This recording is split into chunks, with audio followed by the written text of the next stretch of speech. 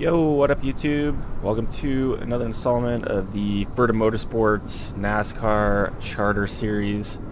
We're here today at Travis Air Force Base. Just wrapped up the Sonoma road course race this past week. We'll be heading out to Iowa for the next race on the schedule. Had a big internal debate whether to fly straight into Newton, Iowa, which is right next to the track, and it would have been awesome to fly into that airport because the track, the grandstands are right off the edge of the runway, but both the airport and the track are not in any sort of photogrammetry or anything like that, and there's no add-ons that are worth downloading for it. So there's a couple good Des Moines add-ons on Flysimware.to. So downloaded one of those, and we'll be flying into Des Moines. Depending on how we feel at the end of this flight, it's going to be kind of a long one. We may hop in the T-37 and fly over the track just so I can show you just how awful it looks, which is unfortunate. But in any case, we are filed out to Des Moines.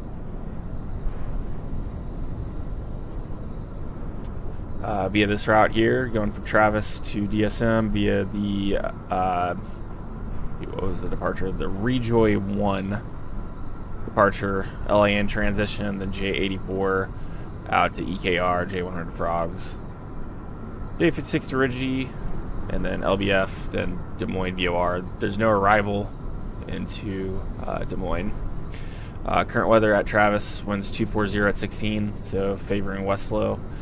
10 miles viz, clear. Temperature 15, altimeter 2997. Up in Des Moines, also pretty good weather. Wind 030 at 7, variable between 350 and 050. 10 miles viz, view at 25,000. Pretty warm, 27 Celsius, and altimeter 3009. Looks like there's a little bit of en route weather, some turbulence kind of in the mid 30s and stuff, but we should be flying above it. Light to moderate clear air at 43,000 here, so might be bumpy for us. We'll see.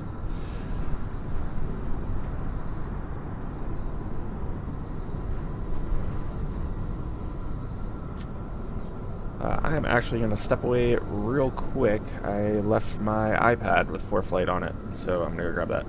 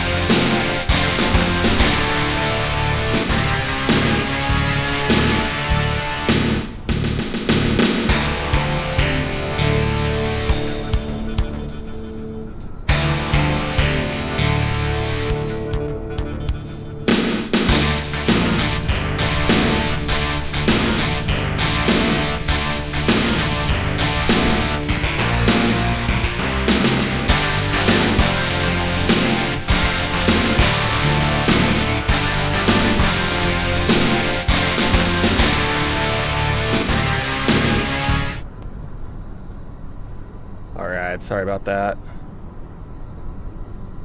Back up and ready to go. As you may have seen from the title, we got an avionics upgrade while we're here. We got the GTN750 GPS If you didn't know, it's a free download. If you just Google Microsoft Flight Simulator GTN750, it's on there, and you just download it. There's a free version, and then there's a paid version. I just got the free version. There's a few things that would be nice to have with the paid version, like being able to input airways and stuff. But this is significantly better than the stock GNS530 or whatever that comes with the plane. There's no more scrolling with the wheel trying to input the flight plan or anything, so that is huge for me. But we'll go through and run a pre-flight real quick. We'll make sure throttles are in cutoff. Switches all look good down here. We're not gonna start dumping fuel. Cross flow is closed. Looks good. Go ahead and test our batteries. Battery 1. Actually, since we have the GPU hooked up, we're not going to get to see if our batteries are good. Normally, you would do this before you hook up the GPU, but since we're already there, we'll just go ahead and fire up both batteries. Now we can just go through, just do some switch checks. We'll go ahead, turn our avionics, turn on the radio altimeter, autopilot. Check our inverters, which we can do. Primary inverter looks good. Secondary inverter looks good. Both inverters on.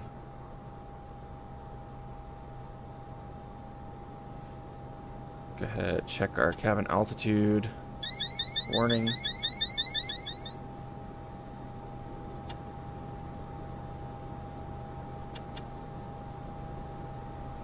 Turn on our left stall, check our Mach system here. You normally get stick pusher along with that. Check our fire loops, looks good. Check our stalls. This is the one I want to see if you actually see the stick shaker here. So left stall, you'll see this little bar go across the screen here. Once it gets to the yellow, you'll start getting stick shaker, and once it goes into the red, you'll get stick pusher. Hey, that works. Go right stall, we'll do the same thing.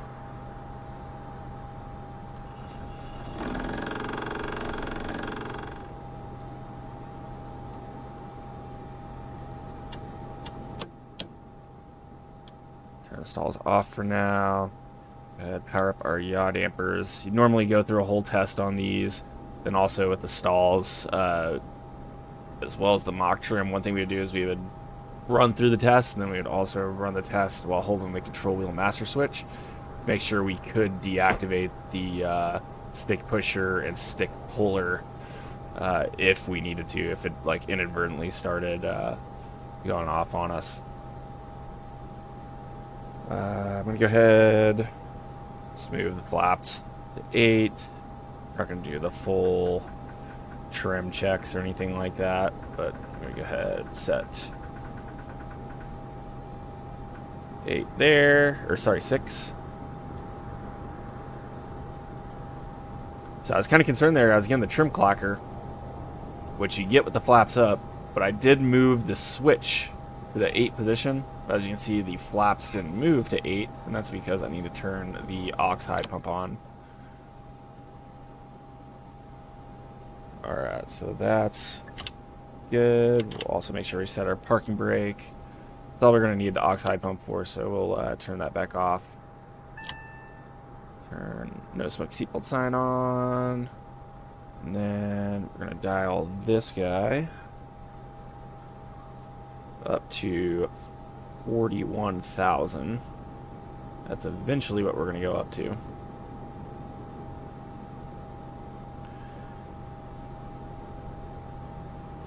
While we're down here, we'll make sure we got AC. Go ahead and just throw it in the fan. Got bleed airs on. Lights are off for now.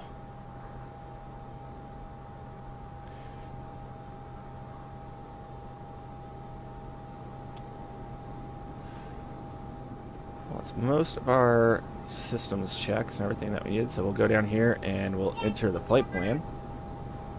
This is going to be so much better.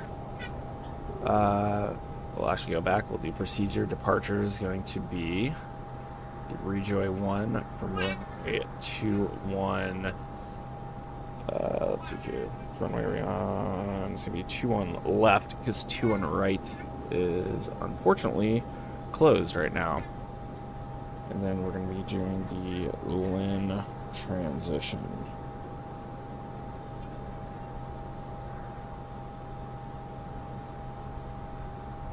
Go ahead and load that. So it's in. Then after LIN, we're going to go to melts.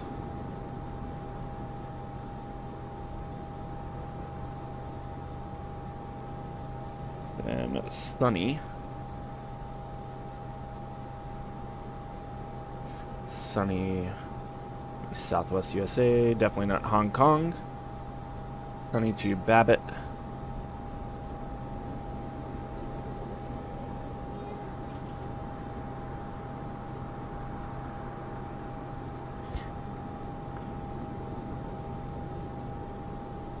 Babbitt to MVA.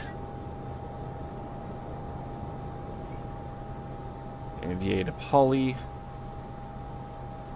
So yeah, this is where it would be nice to be able to throw the airway in, but this is still significantly faster than the 530. Poly to DTA. DTA to EKR. EKR to Frogs.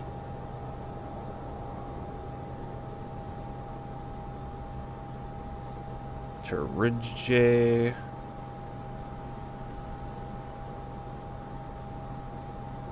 To LBF. BF to DSM, and then to the airport.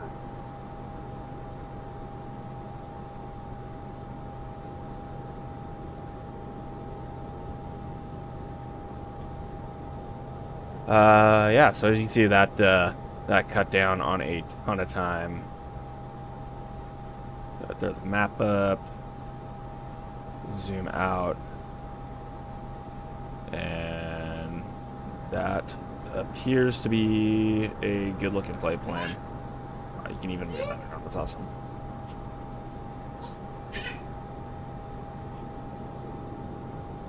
Stand by real quick.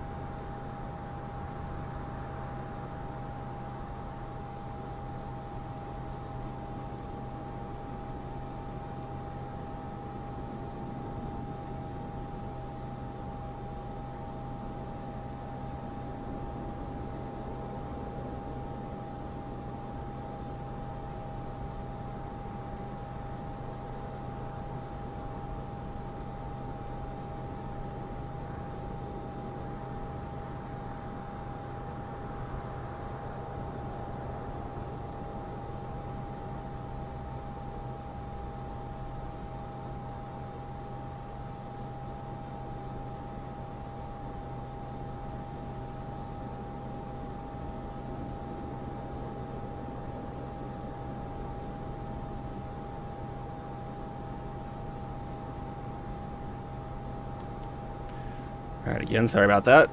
Kids were acting like absolute buffoons, so had to move them over into the other room.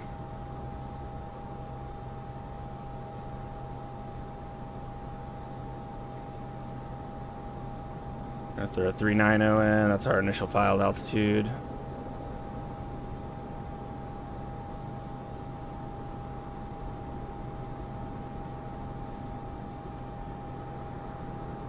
On 2997.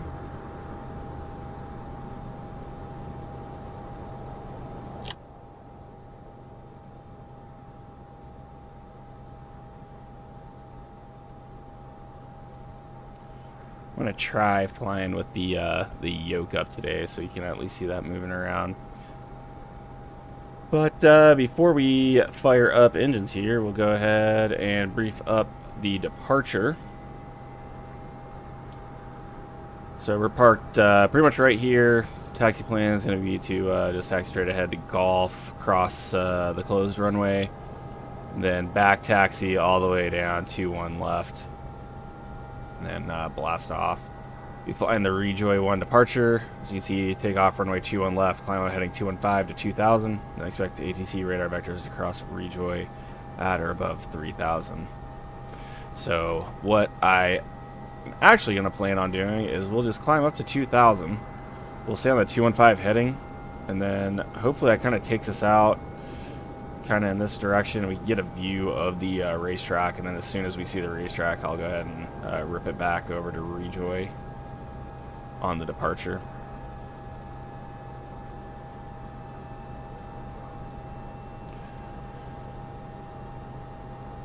Alright, real quick as well, we'll go down here.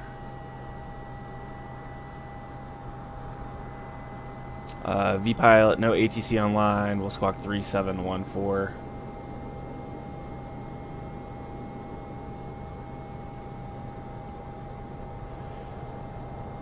And just one last quick check of the weather. See, we got the right altimeter in. Yeah, it's L2997. Sweet.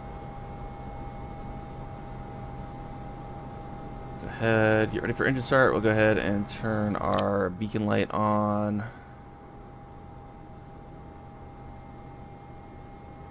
This out of the way for now, because I'm still going to need access to some switches down there. Close the cabin door. Just make sure we got 5300. Sweet. Got enough gas to get to our destination. We got 28 volts. No off flags. We're clear on 2, starting 2. Alright, got positive in 2. Looking for 10%. Got positive in 1.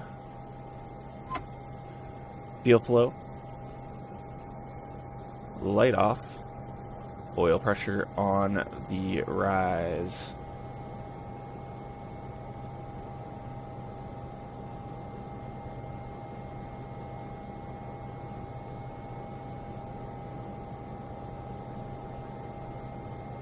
That's 693 on the ITT.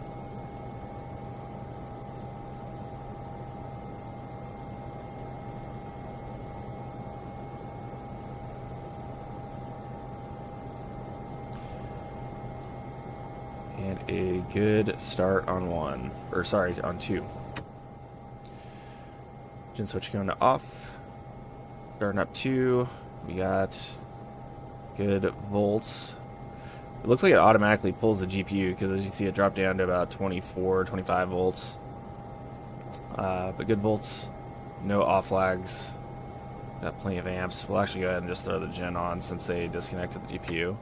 28 volts, less than 175 amps. No off flags, starting 1. Got positive in 2. Positive in 1. There's 10%. Fuel flow. Light off. Oil pressure.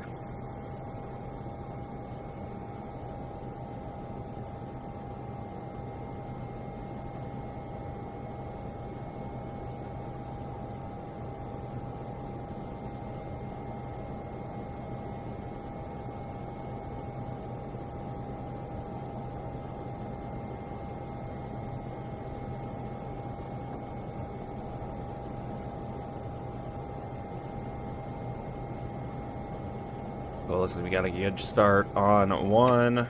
Going to gen here. Electrics look good. They're sharing the load.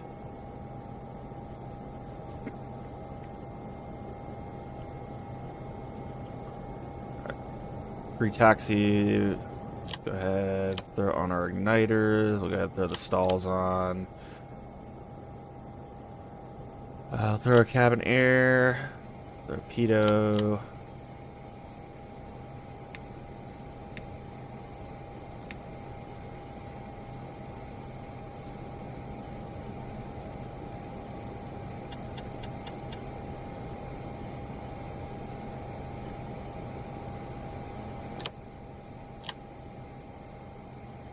Arm those up. A lot of these checks are stuff that we normally do on the taxi, but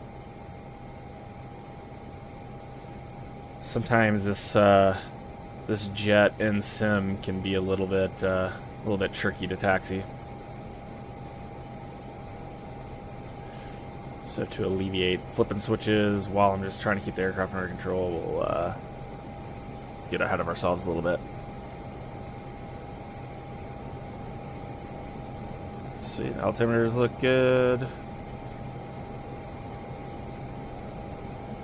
The altimeter's good. We got that set. We'll go ahead and put heading set 2000 actually, since we're changing up the plan there. Like I said, we'll just we'll try to get a good view of the track. 2000 heading altitude select, and I'm gonna pitch the command bars up to about 9 degrees. That's a little too far. Perfect. Alright, we'll go ahead. Make sure we're on the right frequency here.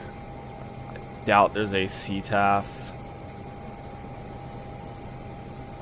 but just make sure.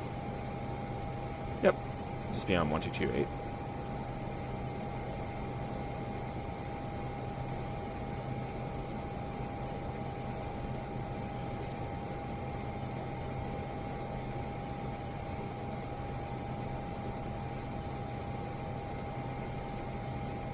Travis, Air Force Base traffic, Travis traffic. FERDA 19s on the November ramp. We'll be taxiing to 21 left via Golf. Cross 21 right, back taxi 21 left. Travis. Alright, we'll go ahead. Throw these to taxi.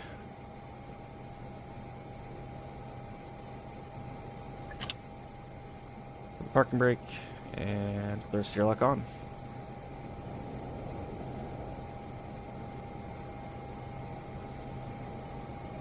Brakes and nose wheel steering check.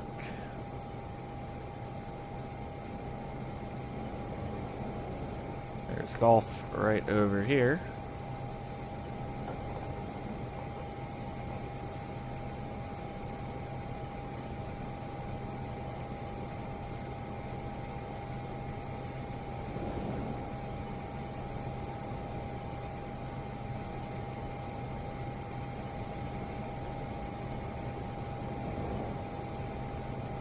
Flight instruments check. We got flaps at 8. Spoilers retracted, lights out. Go ahead and check our TRs.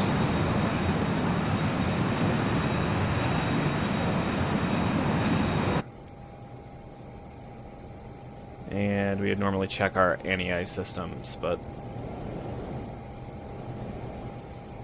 no need for that today.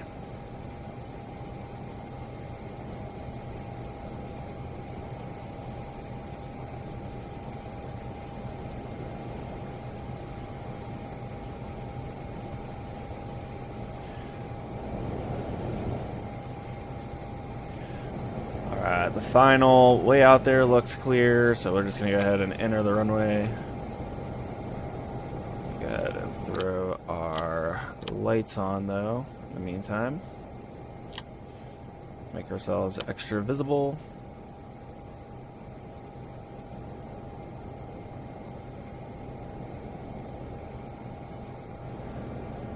Big ass hill.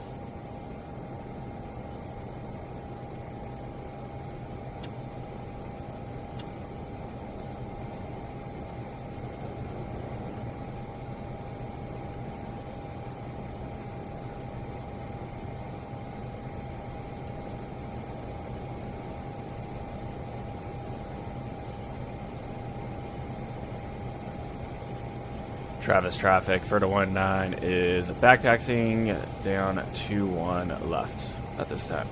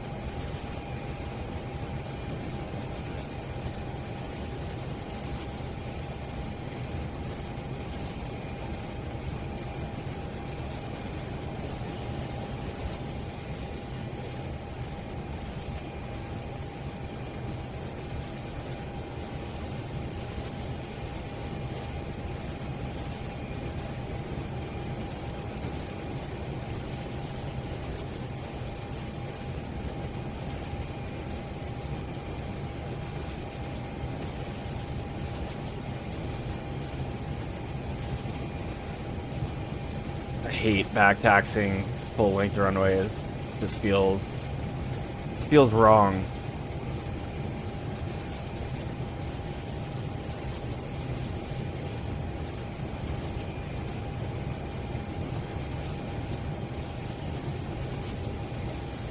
What's really sketchy is, you ever look up Ramstein Air Base? Look at the runway layout there, and oftentimes they'll have you back taxi down the other runway while there's a plane landing on the semi-parallel runway at the same time, and for a while it looks like they're about to like land on top of you. Not comfortable at all.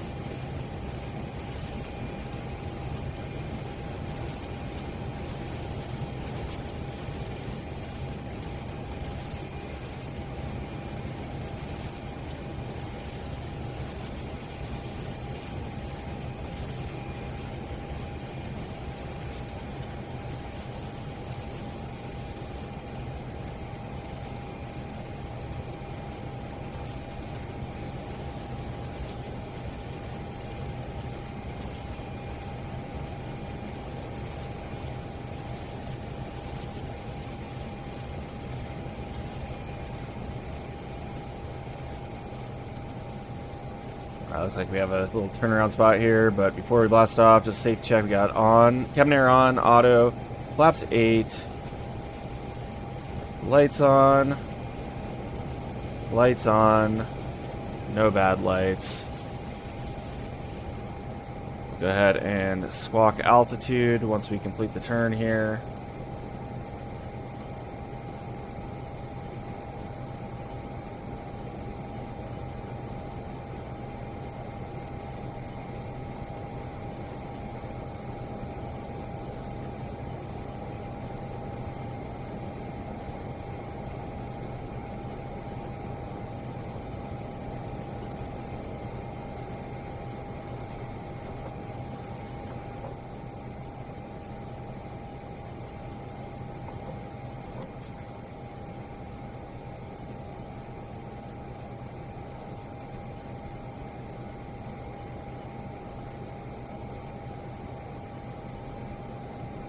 I hate the yoke. Let me go back. There we go.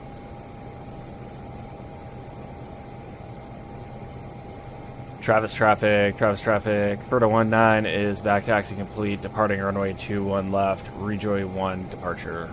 Travis.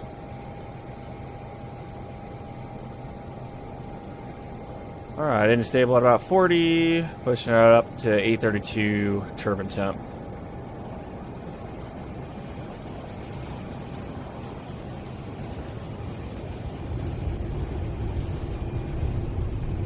Airspeed, 100 knots, and rotate. Positive rate, gear up, yacht anchor gauge, thrust reversals off. There's good speed, flaps up.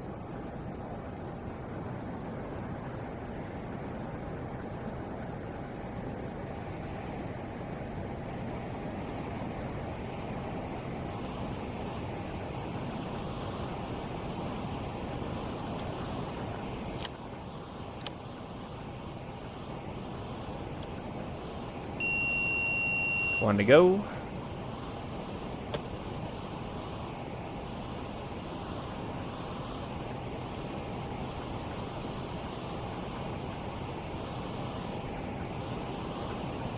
So again, one of the crappy things about not having a co-pilot is these need to be off by 200 knots.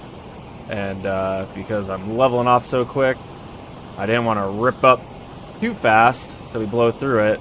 But I ended up going a little past 200 before I was able to disengage the thrust reversers.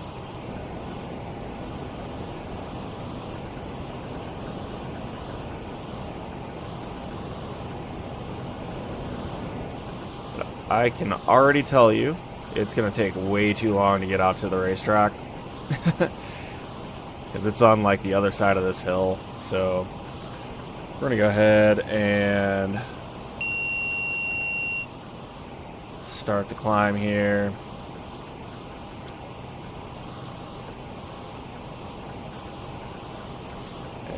going to go direct to.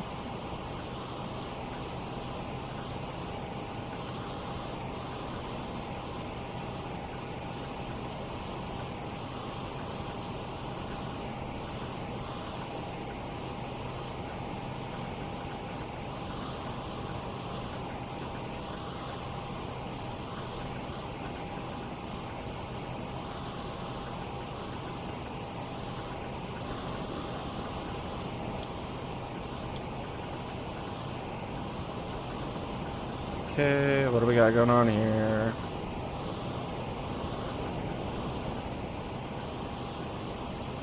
Let's go ahead and start a left-hand turn.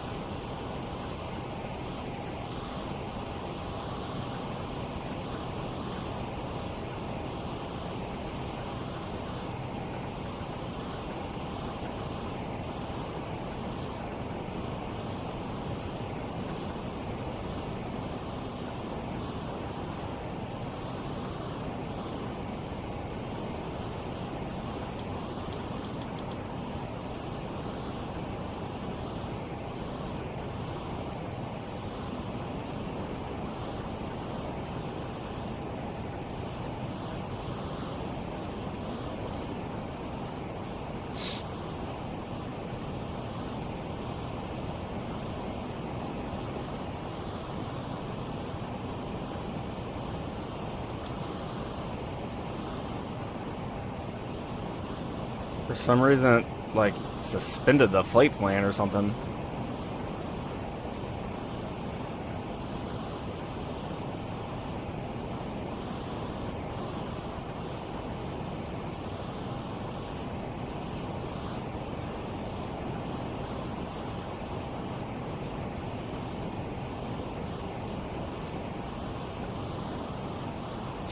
That was strange. Guess that's something to look out for in the future using this autopilot. Starting to pick up 250. So we'll go ahead and activate speed mode once we get there. I'm going to climb out at 250.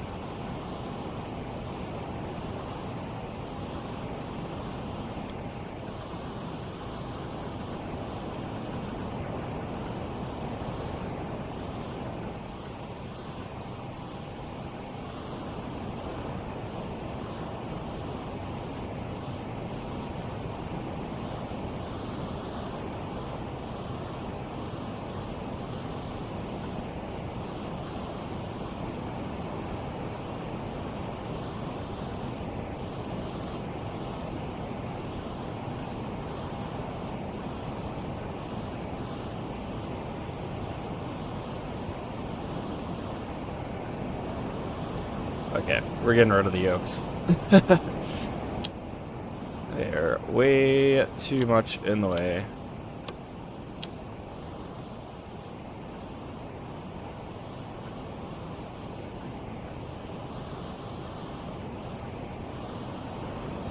Clear ourselves on up to 39,000. Pressurization's looking good through 10,000. Big dog chasing little dog. Sitting at about 3,000 foot cabin altitude right now. It should go up to about 5,800.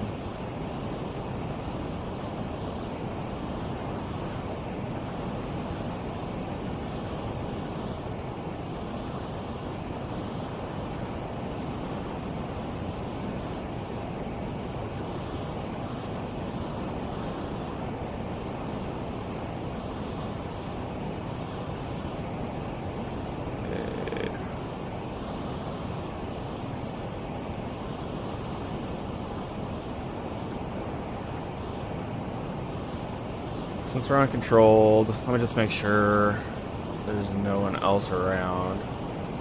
But I think I'm going to try to give myself a direct 2 just to make sure this is working how I think it should be working.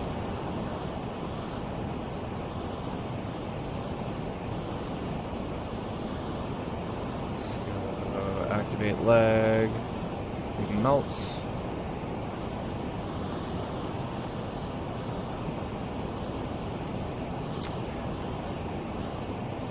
Yeah, that is not how you give yourself a direct true, apparently.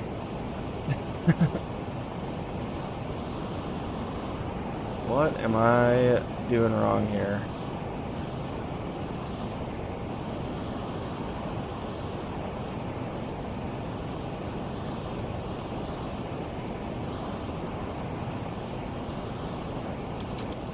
Direct 2. There we go.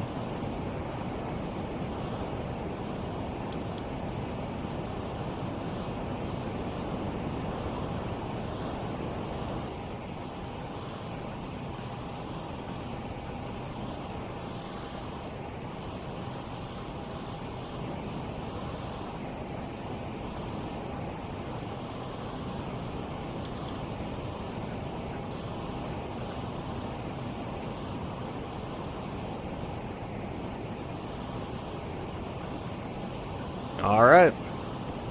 Well, that's what happens when you don't practice before you play.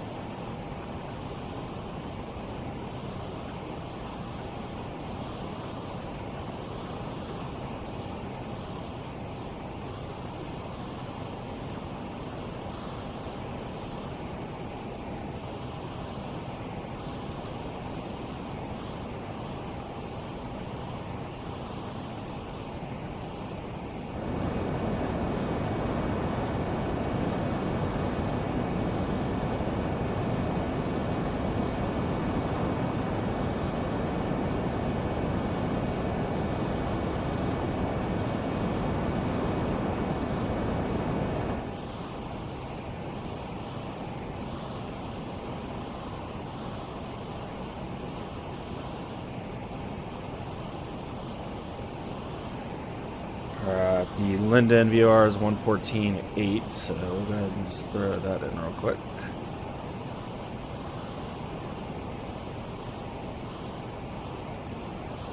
And get our ground speed. So I wonder if this shows us. Sure does. 347. Nice. See, we're learning this this GTN750 together.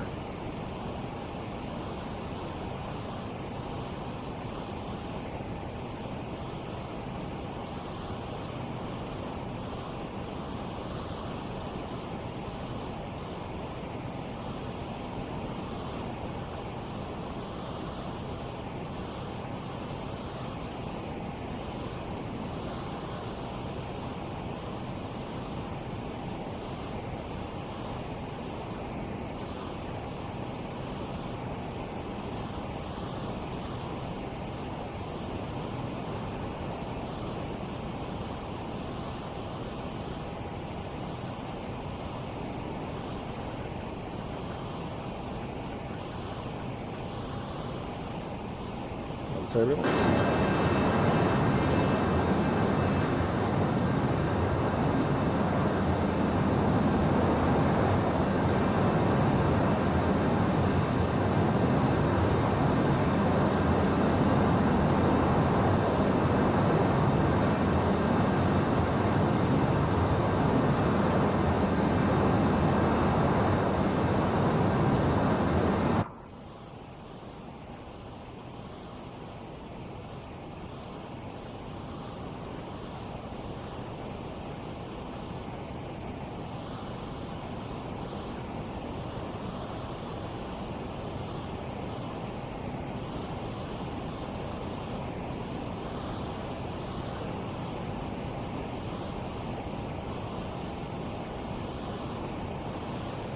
Went through 250, pressure station.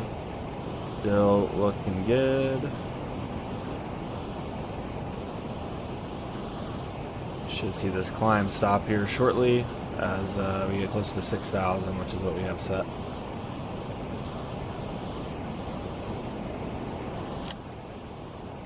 Go ahead and get the cabin nice and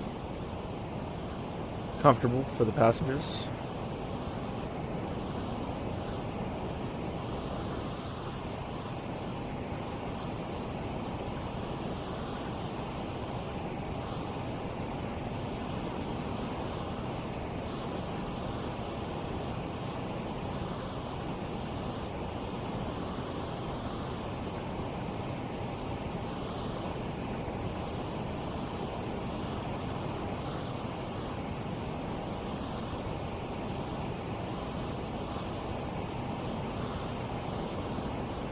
See, the climb has stopped now.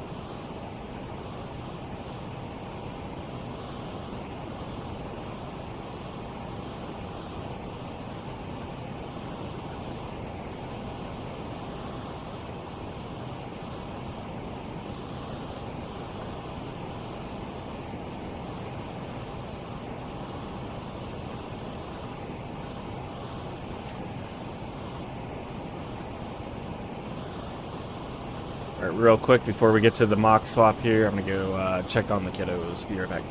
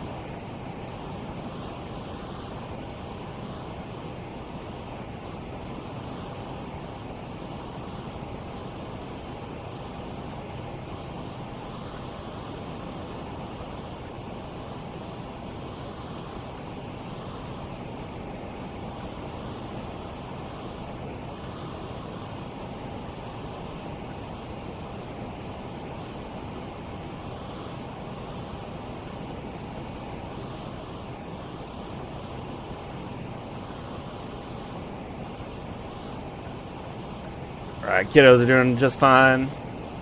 Watching Blippi out there.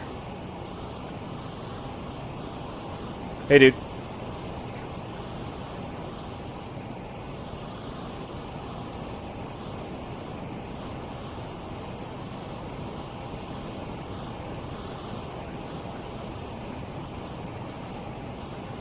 Yeah, the Blippi episode they're watching, they're playing iRacing. Interestingly enough.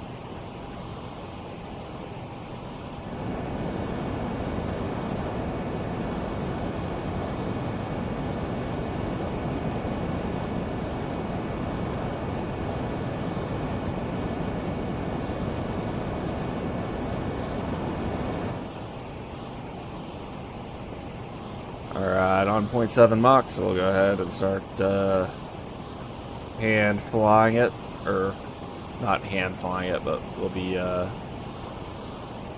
manually pitching to maintain 0.7 Mach.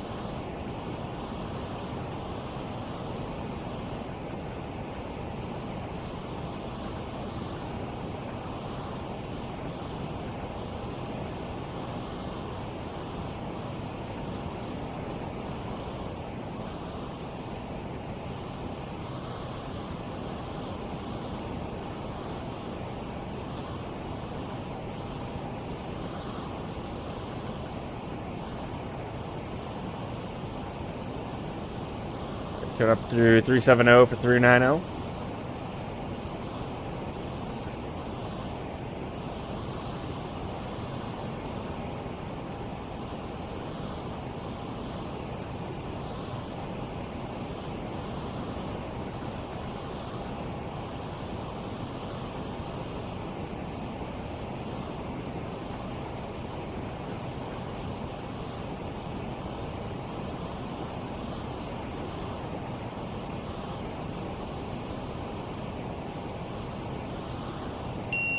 One to go, set and armed.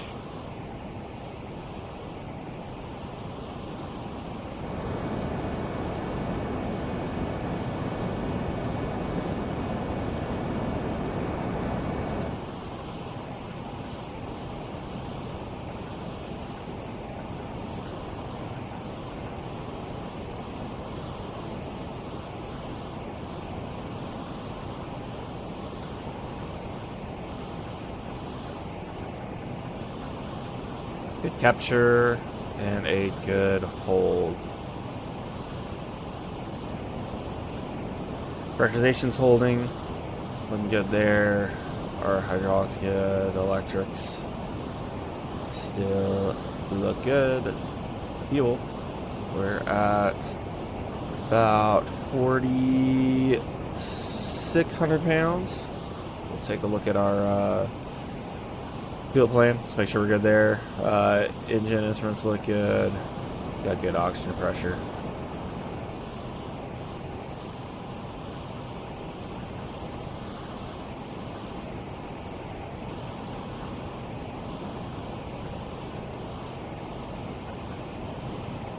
We're coming up on sunny.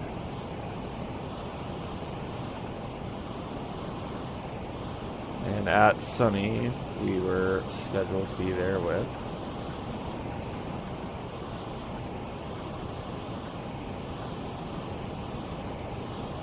$4,300 pounds.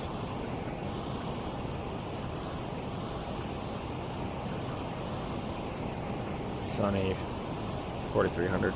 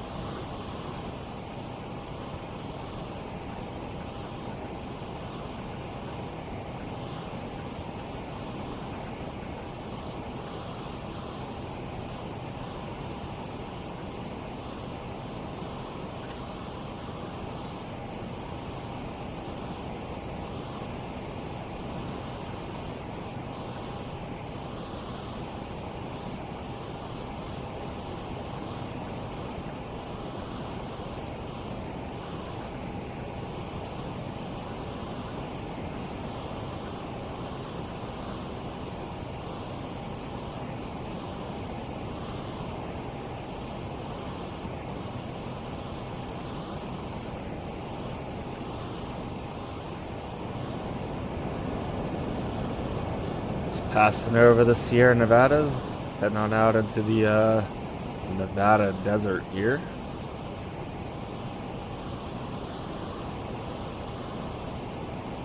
Passing Sunny is pretty much just to the west of the California-Nevada border, so we're probably right over Nevada now. Look out way in the distance. I think that's going to be Lake Tahoe.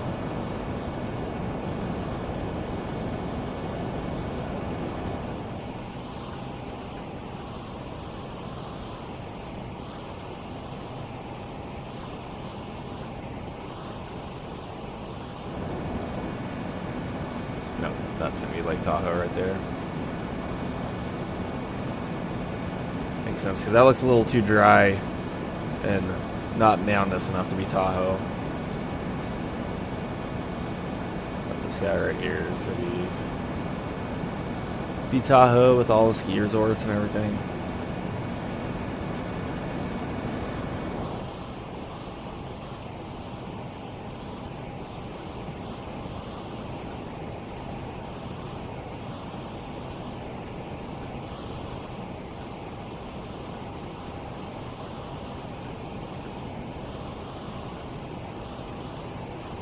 Lovely. I just got a message from my wife.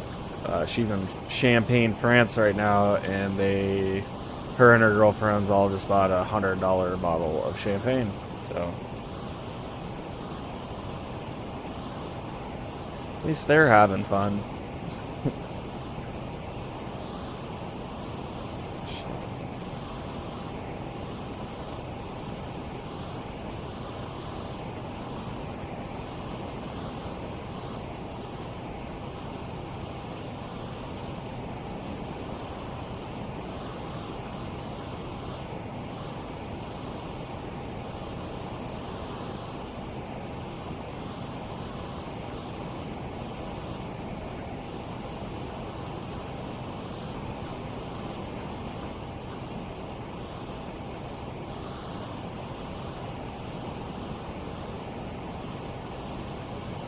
Interesting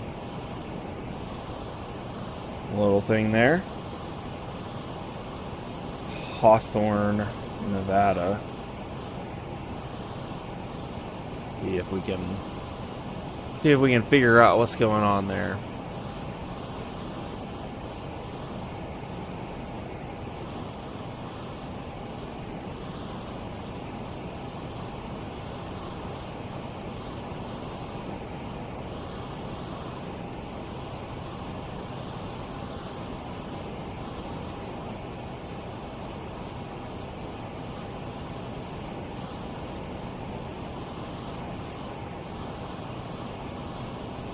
Navy Beach.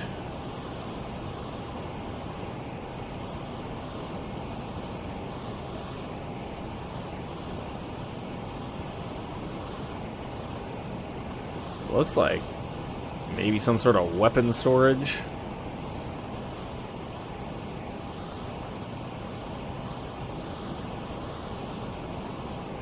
That'd be my guess.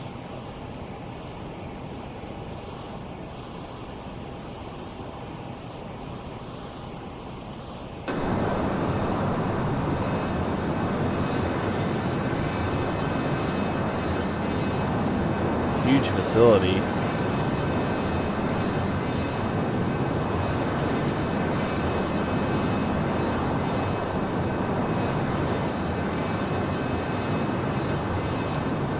Very interesting.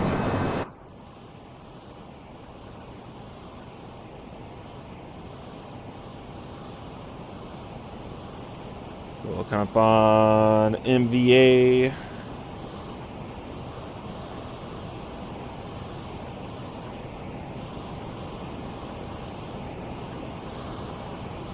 Throw that in, 115.1.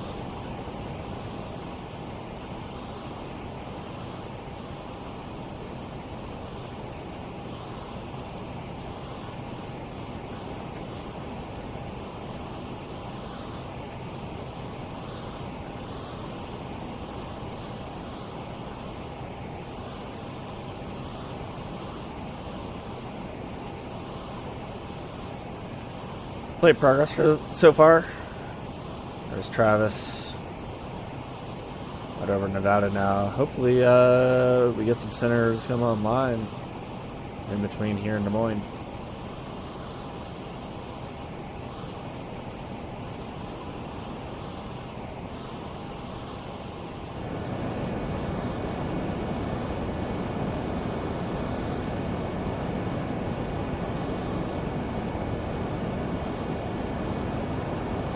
I will be right back. I'm going to go check on my kids.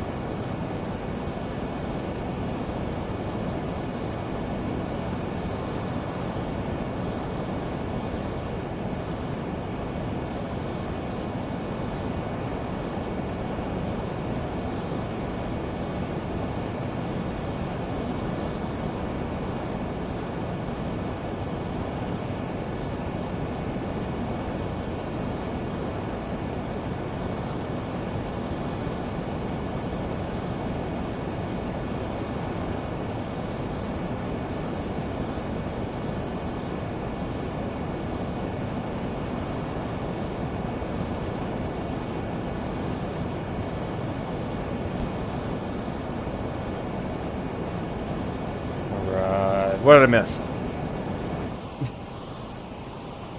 Like a whole bunch of nothing.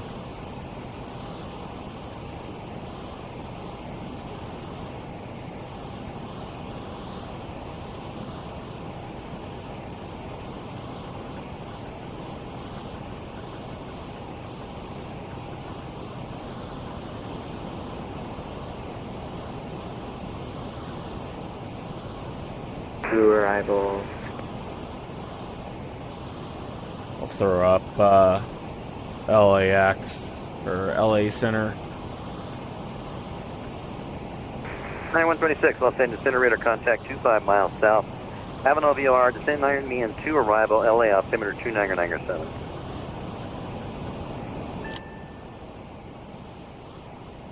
Put the seatbelt sign back on, getting a little bumpy. Yeah, 126, copy. Oh, sorry, can you say again for 126? Yeah, 126, radar contact, descend Iron Man 2 arrival, LA altimeter 2997.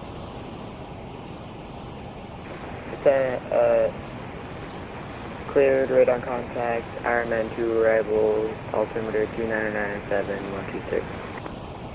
So yeah, I threw LA Center on just so we have a little bit of background noise while we're flying around.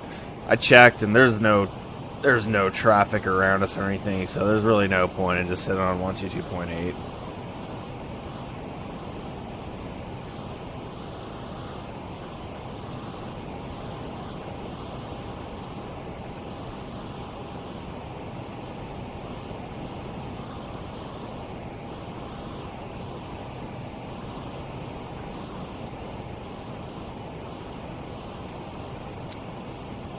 Got the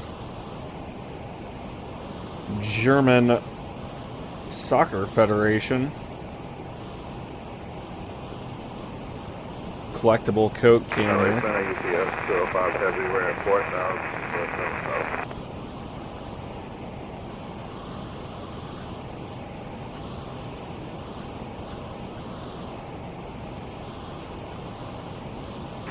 Yes, 205 Heavy, check your transponder code.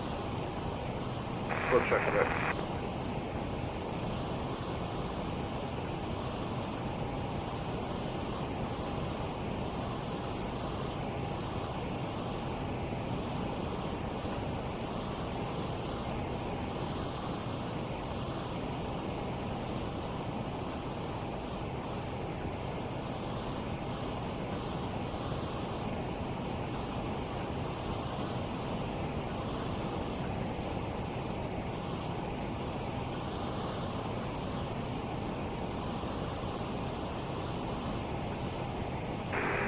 Hotel Echo, expect ILS 16 right approach. Fly heading 140 when able direct Umber. Cross Umber at or above 6,000, cleared ILS 16 left approach. Heading 140 when able, direct Umber, Umber out of above 6,000, typically at 16 right approach. UPS 205 Heavy, radar contact, climb maintain 13,000. 13,000, UPS, thank you.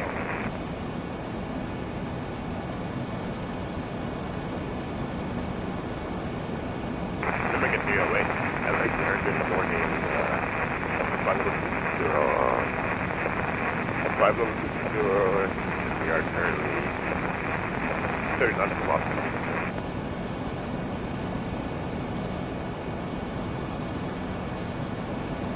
Got 425 right downwind departure.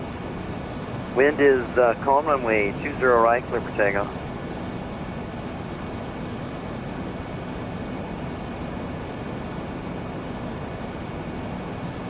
And somebody else was calling. Who was that? Make it 308. Make it 308, follow me. Like riding a bucking Bronco right now.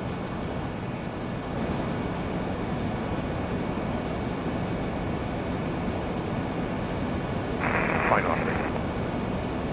American 308, radar contact, 10 Rockstar 3 arrival.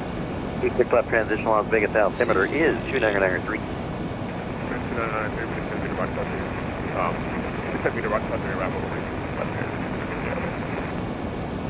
LA Center, good morning, Southwest 32, wind is 10 miles south to east of the Bryce Canyon. Yeah, we're starting to get into the area of you Turby Pyreps. They're all below us. Grand 307 Heavy, RNAV That doesn't to mean they Doctor, can't wind be calm at runway 25 our, right, full lane, clear for takeoff. It doesn't mean they can't be at our altitude. 3293, radar contact 12 miles. Southeast Bryce Canyon VOR. Descend Chow 2 arrival. 26 left transition Las Vegas altimeter 2993. Okay, descend via the Chow 2 arrival and do 26 left transition, Southwest 1590.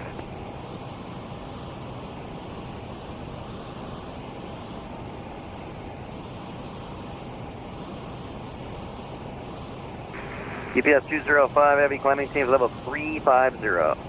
350, UPS 205.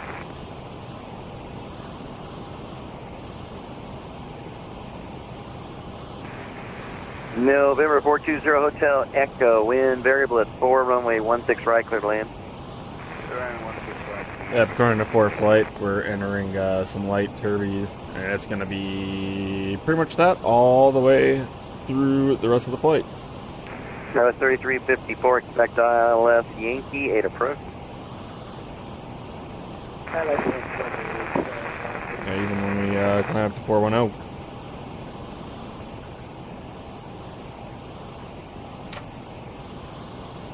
Tower 3354 and Mikey, you are cleared. ILS Yankee 8 approach.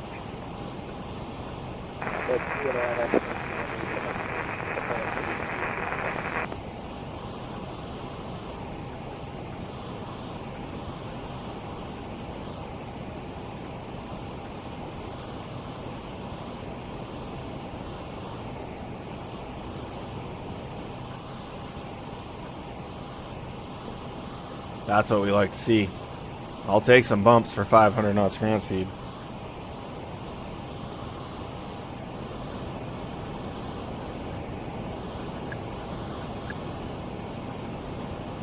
$52 knots of tailwind. That's what we like.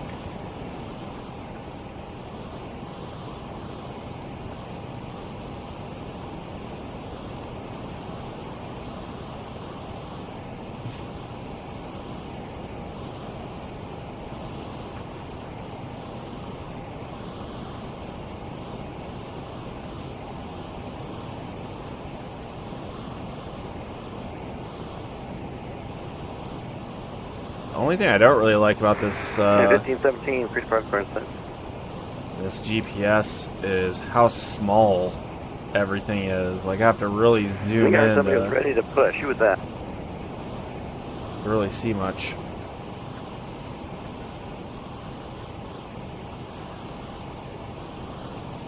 Per our flight plan, we were 771. step climbing at Poly up to 410. Let's just go ahead and set that now. Let's see which side of Lima you're on. 7771 runway, push and start approved, face north on Alpha. Quiet 309 heavy, entering oceanic airspace, radar service terminated, frequency change approved, walk 2000, have a good flight. We'll wait till we actually get to Poly before we climb now.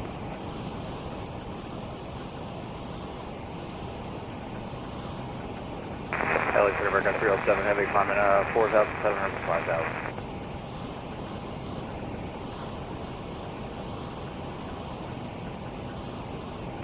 Air 307 heavy, radar contact, climb and maintain 13,000. 13,000, American 307 heavy.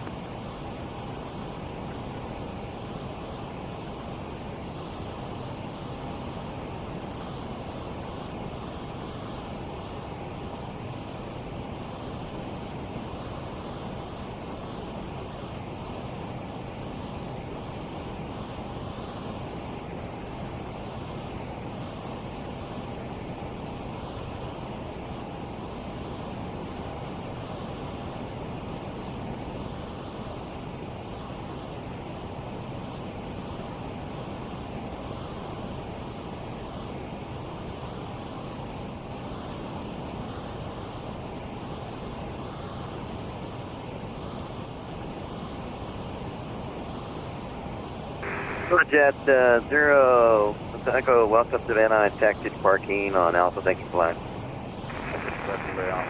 Hello, Learjet sounds like.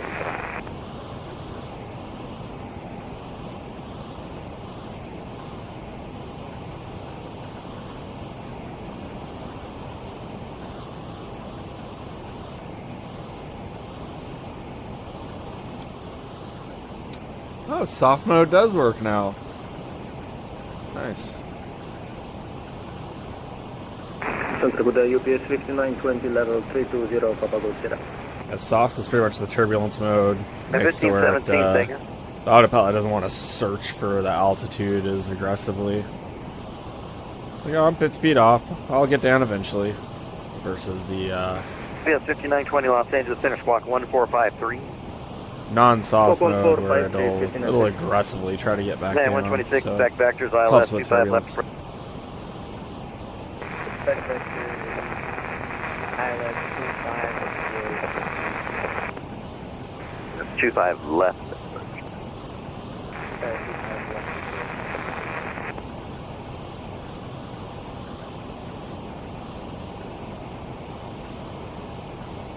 Dock 425, leaving Charlie airspace, radar service terminated, frequency change approved, switch to advisory. Walk 1200, have a...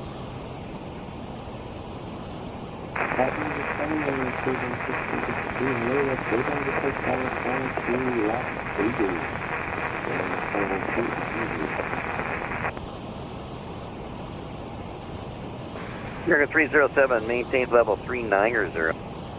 Sonic Tango 390, radar service. Going 1653, Los Angeles Center.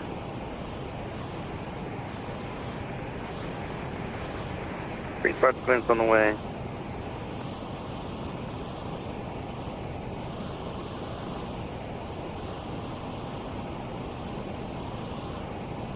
Los Angeles Center, good afternoon, United 1369, file about 6 below 24 miles from Bird.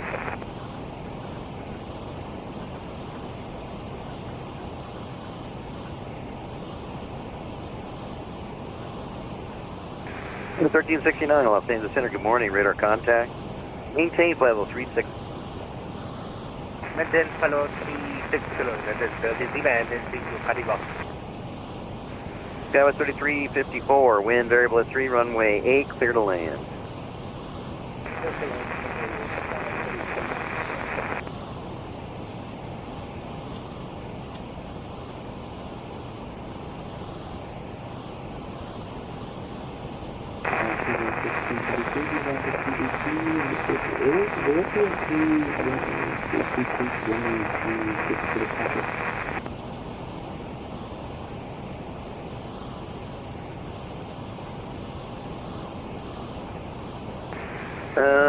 Let's see here. Spirit Wing 1653, we can give you 2. Oh, there are more IRL pilots on VATSIM.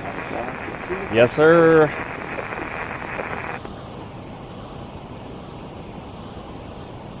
I'm technically a C-21 pilot, so that way we're not stepping on each other's toes.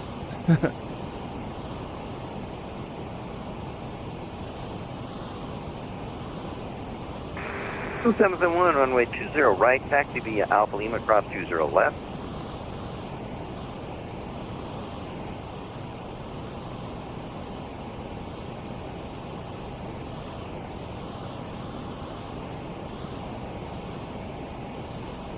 Nope. I like to give her a spin every once in a while as well. Wind 1653. Where do you fly out of? To the east on the ramp, and expect 26 for departure.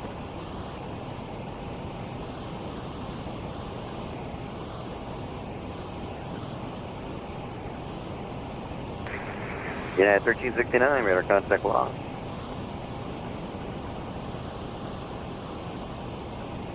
United 1369.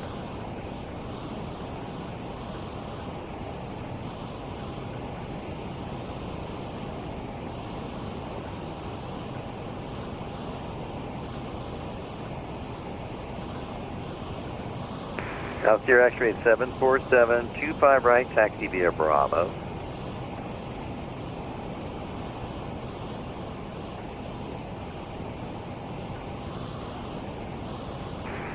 Altier X-ray 747, I'll see a flight plan for you. Did you send one?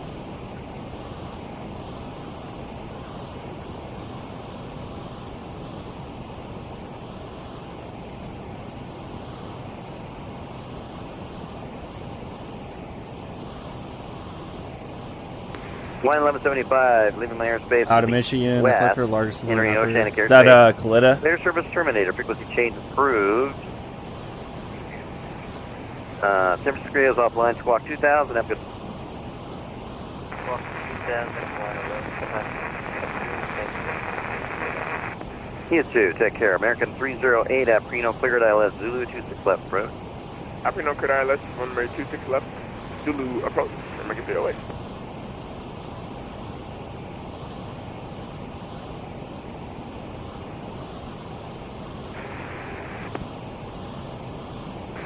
So 771, wind calm, runway 20 right, clear for I know.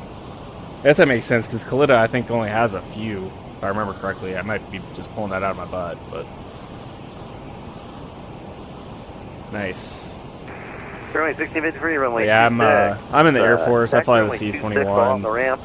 I'm out Hold here short traffic on short at final for Ramstein the Air Base direction. in Germany. Nice.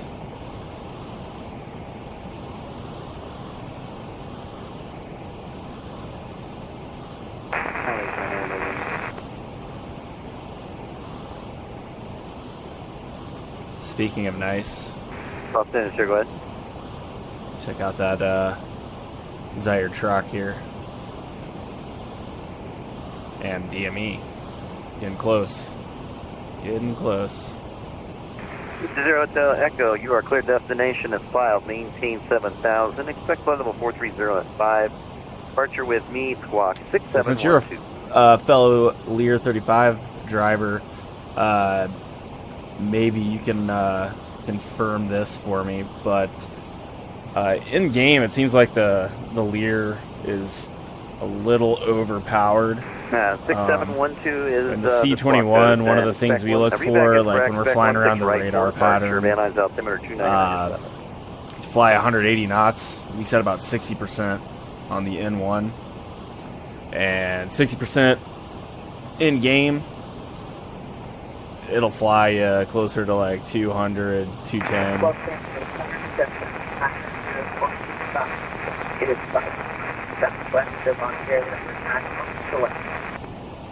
And then also for like a 20 flap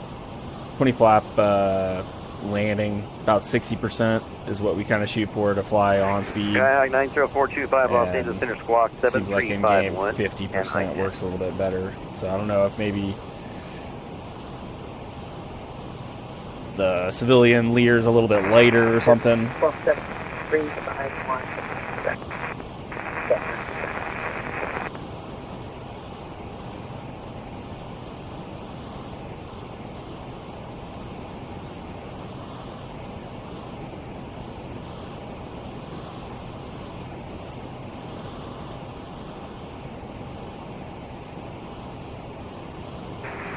It's 39 Alpha Los Angeles Center. Departure clearance on the way.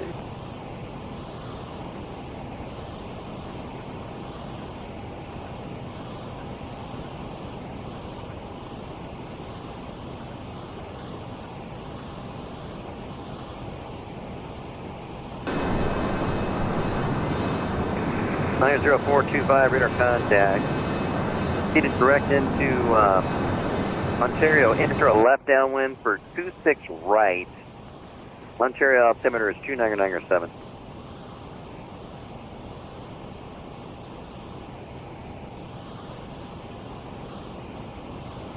Skyway 5354, welcome to Burbank. Where are you parking?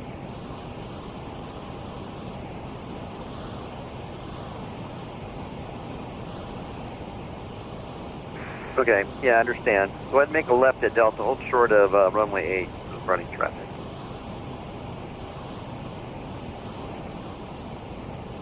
Fairway 1655, wind variable 3, runway 26, clear for takeoff.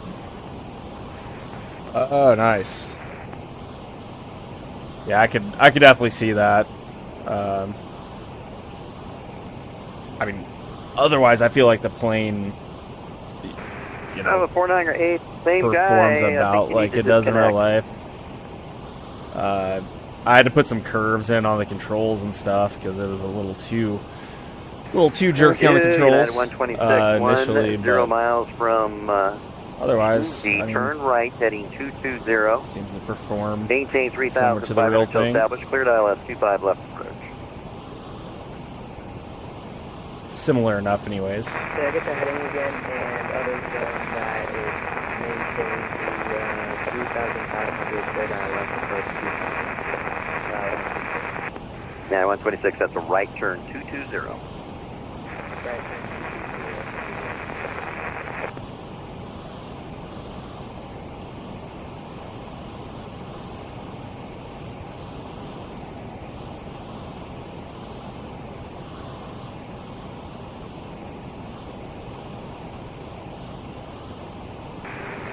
So 39 Alpha, you push it into the alley, you can push at your own discretion.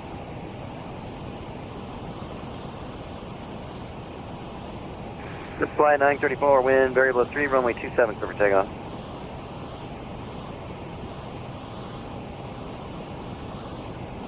No, that.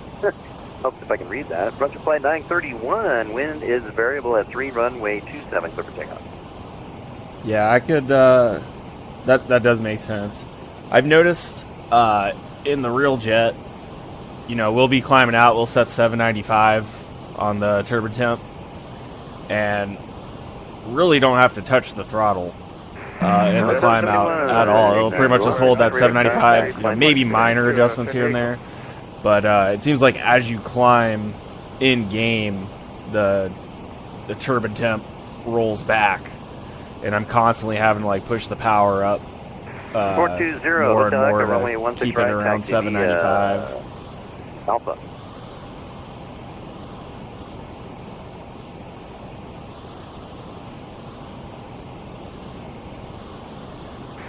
Rear wing 1653, radar contact, stay up. All right, come up on Polly. Got that step climb. Go ahead and start her now. 1653, altitude check, turn right, heading 350, climb maintain 13,000. And just if anyone just tuned in, the radios in the background, that's LA Center. I'm not actually on with them.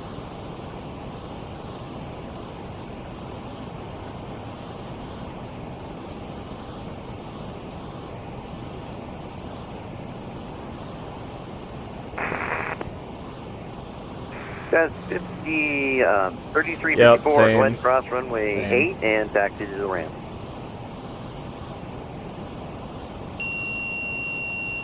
One to go. Bye-bye. Set and armed. Skyhawk 425, wind is variable at 3 runway 26 right, clear to land. 26 left, wrong.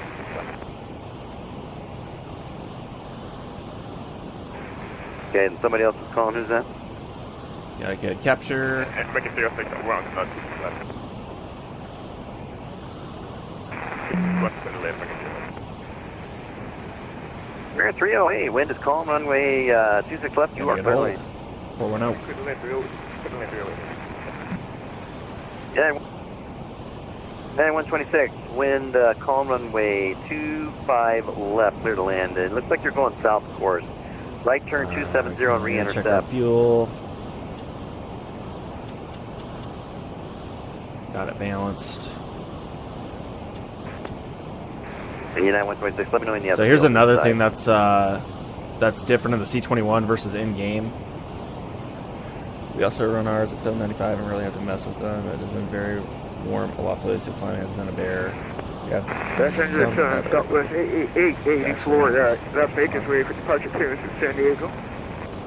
Flight 931. Nice, Los Angeles yeah. radar contact. Over Mark here is in Europe, it's about that time of year as well, where the temps aloft are warm, and we'll be filed 380, 390, and the last 4,000 feet or so, we're like just barely making 500 feet per minute.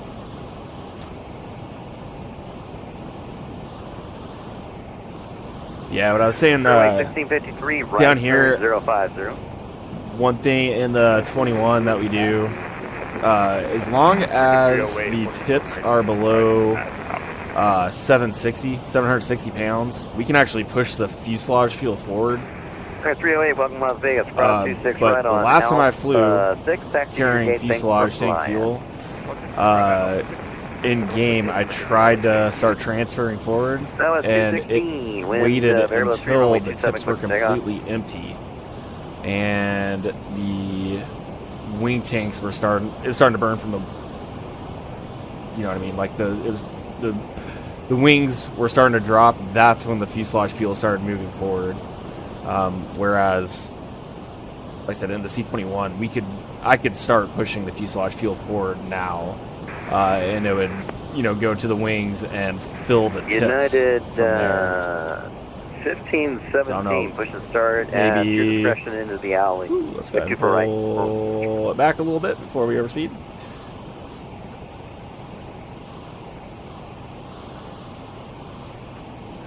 I don't know if maybe there's a civilian Echo, fail safe on that system or something.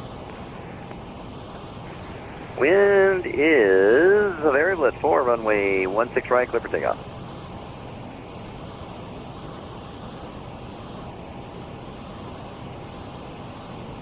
And 126. Thank you, sir. Just want to make sure you have the field inside. Wind is calm, 25 left, clear land. That's flight 3303, runway 27, line up and wait.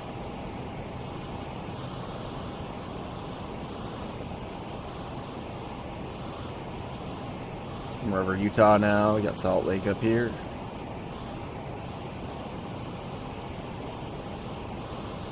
Alexander, Southwest 3293 approaching Prino for the IRL 26 left.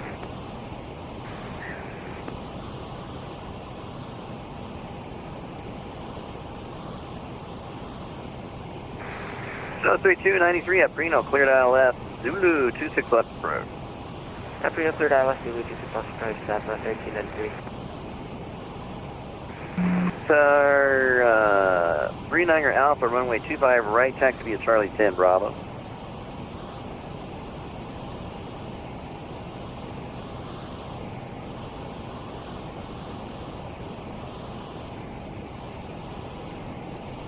QPS 5920 heavy shortly before Mori.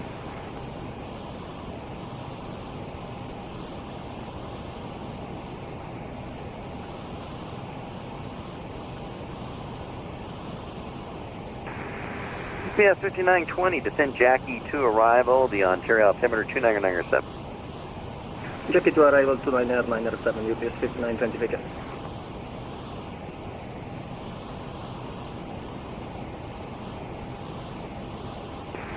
Zero Hotel Echo, radar contact.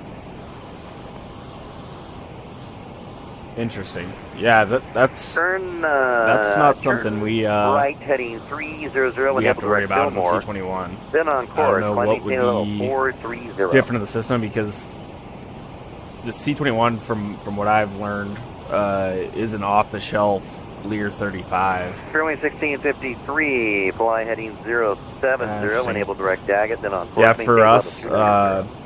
basically our standard operating procedure is to, at a minimum, wait till the tips are below 760. But we will usually wait until the tips are below 600 pounds before we start pushing forward. That way we can make sure the jet pumps out of the tip tanks are working as well to push fuel into the wings. Now, the reason we have the 760 pound limit is because if we start pushing forward before 760, then you could start venting fuel overboard in that situation. Correct. But yeah, for us, it's at 760 pounds. 732.93, wind calm, runway 26 left, clear to land. 26 left, clear to land, up 1393. And then we'll actually oftentimes let it go well below 600 as well, like down to like 100, 200 pounds, just to keep an aft CG, because that's more fuel efficient. Flight 3383, we're told to wait, and that other aircraft's clear now. Wind is variable at 3, runway 27, clear for takeoff. Yeah, you were in line, you are starting at the same time. I need to give you a little bit of spacing before I launch.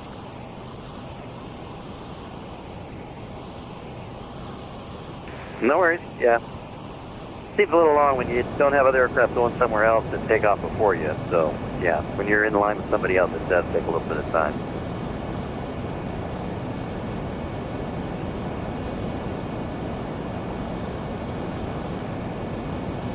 United 126, welcome to LA. Taxi west on Hotel, make a right on Juliet, cross 25 right at Juliet to the gate. Yeah, we do. I think probably about 2.5, 3 years ago Juliet, cross 25 right on Juliet. Was when like our entire C-21 fleet in the Air Force got the Delta fins. And I just started flying the 21 back in like March of 2022. So since I've been flying it, every jet has had them.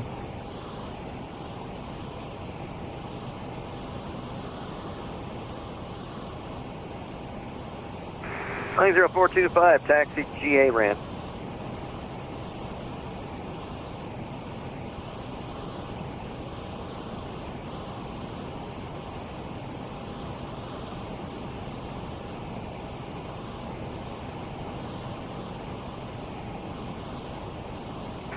UPS 5920, expect RNAV 26 right approach. RNAV 26 right approach, UPS 5920 seconds. Yeah, our min equipment list, it's 2 installed, 0 required, as far as the odd ampers are concerned. We still do fly with them, just because we have them, but UPS 5920, expect the it's definitely, when they're going wonky, it's definitely a low priority for maintenance to fix them. Star 39 Alpha Heavy, runway 25 right, line of way, traffic is crossing downfield left to right.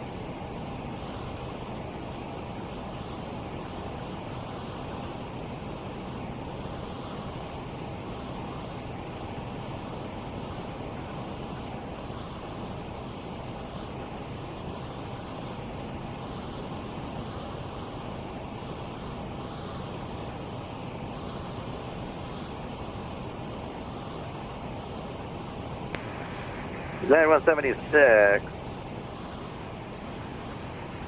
You filed for a VFR altitude westbound. You're going to Palm Springs. What altitude do you want? 11?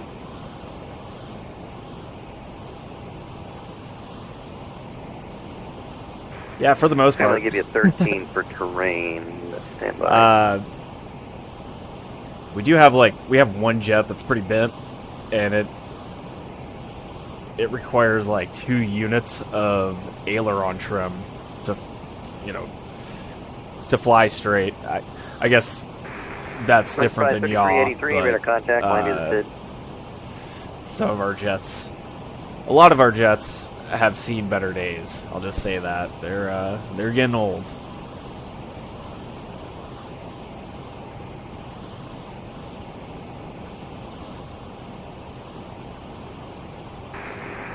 Yeah, 176 pre-departure clearance set.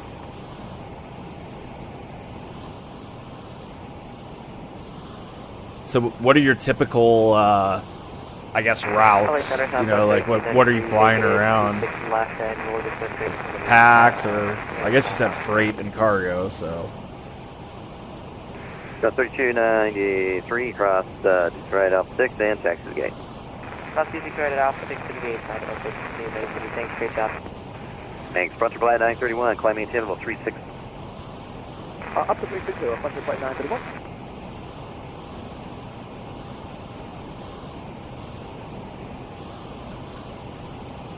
So it's 216, climb maintain level 320.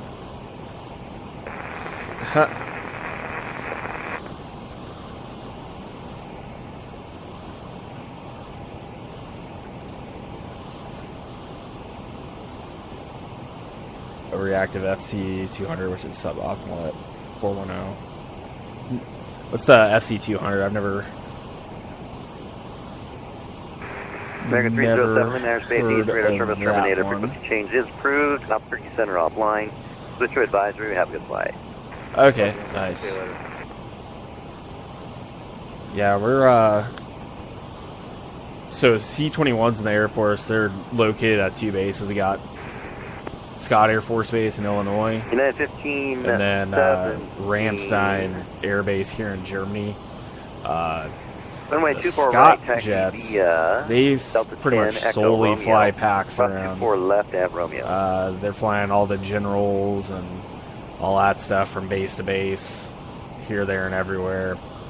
But here at Ramstein, we do quite a bit more. We'll do that. We'll do the DV movements. 080 at 5 runway. But we'll also do air medical 5 evacs. right, So they'll rip the seats out, and they'll put in a it's called a Spectrum unit. I always want to say operating table, but it's not actually an operating table. It's more of just kind of a stretcher for them to lie patients in, and they can check vitals, and, give them oxygen and stuff. Okay. H217, leave my airspace. I've never heard it referred to as the FC200. Let's see if that's actually what it's officially called in our books. Red Fly 3383, radar contact lost.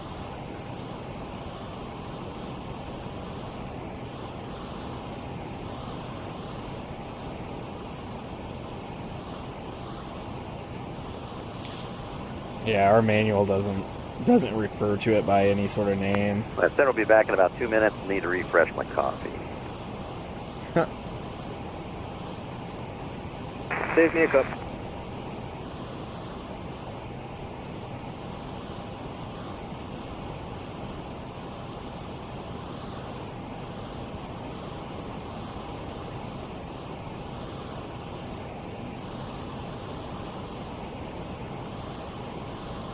Alright, let's see where we're at now.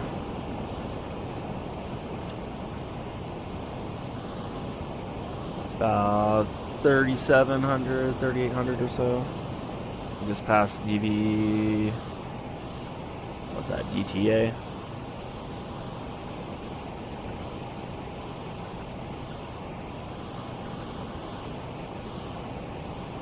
Delta VOR. Estimated fuel 35.50.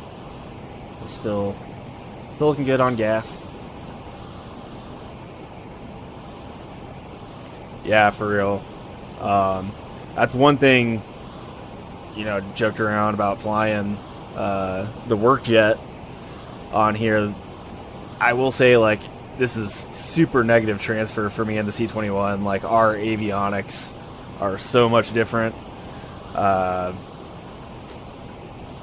We have, it's called the AMP mod. I think that's just the Air Force's term for it, but we pretty much have, we have a 2 primary flight displays and a multi-function display in the middle. Our engine gauges, we still have the same engine gauges, but we actually have the N1 on top and the N2 on the bottom. We have dual FMSs.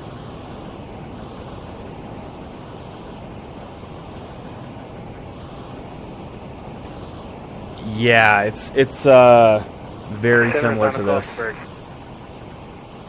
One thing when they did the AMP mod, prior to the AMP mod, it was actually very similar to this in the C-21. On a coffee break. The flight control system, automatic flight control system. You had this guy up here. That's how you controlled the autopilot. Now with the AMP mod, we still have this up here, but it is non-functional other than the lights. So the lights will come on, but we have a little control panel down here and down here that Alright, center's back. we basically push, you know, we select nav, long range nav on a little panel down here, and then you can switch between autopilot 1 and autopilot 2, and depending on which autopilot you have selected, what you push down here lights up here, so everyone has SA on what's active. On request. But we all kind of hate it down here because, you know, Say again? the yoke gets in the way. We kind of wish that they just kept it Yeah, where it's all you, controlled can expect up that, here. but it's on request.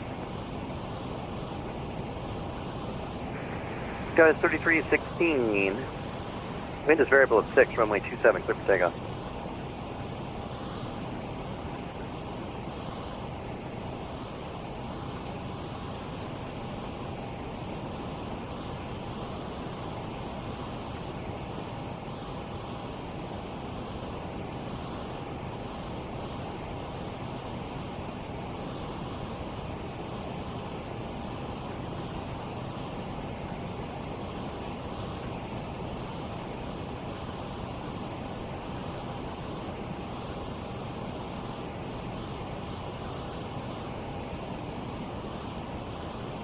Oh, 100%. 100%. So yeah, this is the C-21 cockpit. So said you still have this panel up here, but then here's the little panel that we use to actually like select the different modes of autopilot we want. One on your right, RNF.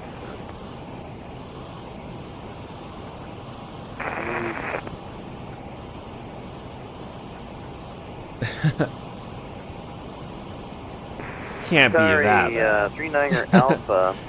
So I used to fly KSUU-135s. You're given 13000. 2 assignments 13,000, please. before the C-21, and nothing could be worse than that autopilot. I might not have given it to you. Sorry about that. Maintain 13,000. I've forgotten more than I'll flight ever level 290 now, relearn on the 39er Alpha KSUU-135, Heavy. but basically, like, you had to engage the roll and pitch axes, and then there's other switches that you had. It was super goofy. I mean, it had about the same capability as what we have in the Lear 35 C-21, but follow the transition. I will vector you over to the RNAV approach. it was definitely less, somehow even less user friendly. Yeah, it's pretty nice. It's, you know, we have full like RNAV capability. Like, we can fly LPV approaches, which is very rare in the Air Force. Like, up until very recently, like, we were one of the very few planes in the Air So Force, Spearway 1653. maybe the only plane that could fly, Rounders to arrival. that was certified to fly LPV approaches. A bunch of the jets, they could, but they're just not certified for it. But we're all 100% certified to fly LPVs. Wind 0805, runway 24, right, full length, clear for takeoff. It's pretty nice. Pretty nice.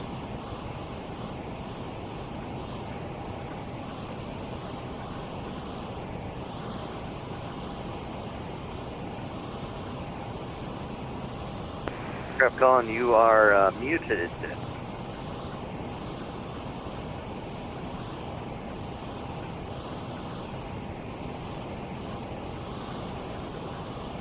No, 24 left is now closed. They've been bouncing back and forth. Currently, 24 left is closed. Oh, nice. Like it'll automatically change from speed to Mach, because we do have the ability, the C-21, No, I mean, to switch right from, was closed for a while. speed to They're Mach. reconstructing all We the rarely taxiways use over the there Mach on the mode, 24s. though. So they've been bouncing back and it forth between doesn't 24 seem to right work and too 24 well. left being Like, closed. Currently, it's 24 when it's in left speed, is closed. it'll hold your 250 in the climb, no problem. But when you go to Mach, it seems to really, like, have a hard time and really At hunts 1369 hard at DV, for cleared out left, for 25 speed. left. Yeah, it's super nice.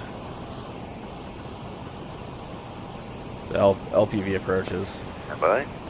Like, I used to really pride myself on, like, United you know, in the 1369. KC-135, and then I flew You the are T6 cleared, as ILM well, which has, 25 like, left. zero autopilot. But, you know, I prided myself on, you know, flying approaches by hand and everything. But now with, like, the RNAV arrivals, which feed into, you know, an RNAV approach LPV, where it's all seamless. Like, it's so nice just to you just leave it in nav Right approach.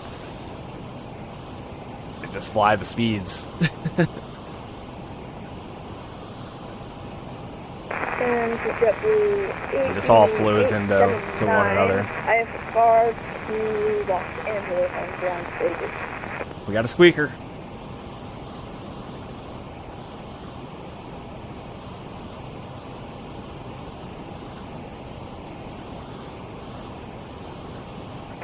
That's 5591, clearance on the way.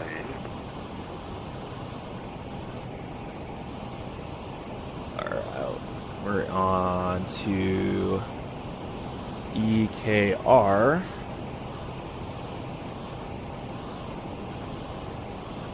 $115.2. Southwest 771, you are leaving my airspace north radar service terminator, frequency change approved. Oakland Center's offline, have a good flight, we'll see ya.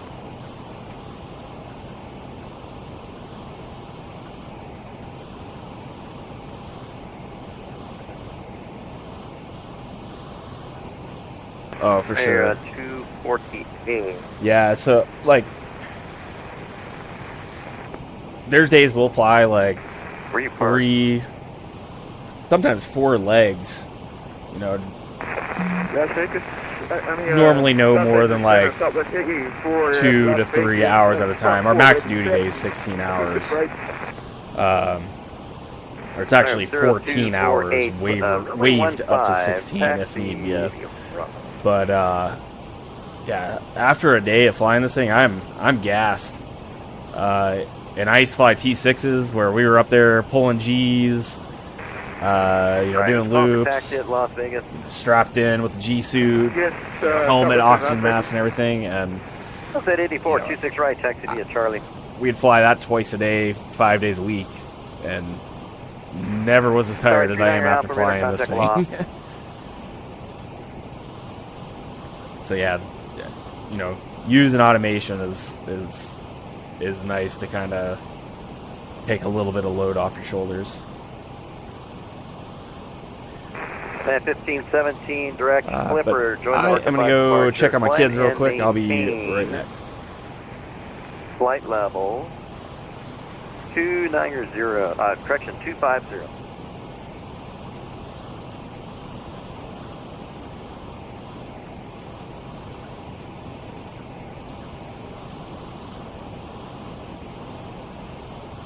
Yeah, 1369, wind 080 at 5, runway 25 left, clear to land.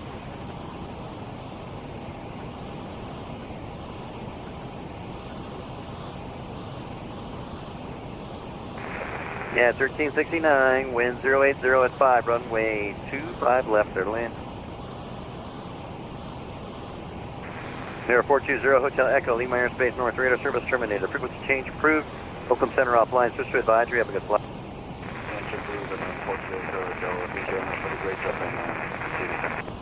Kick out. JetBlue 879, any way we can get the latest at Las Vegas? I see it's not up yet. It's not working at the moment, so you're going to have to depend on the altimeter of 299.5, wind is 050 at 5, view clouds at 1900, 8-mile visibility.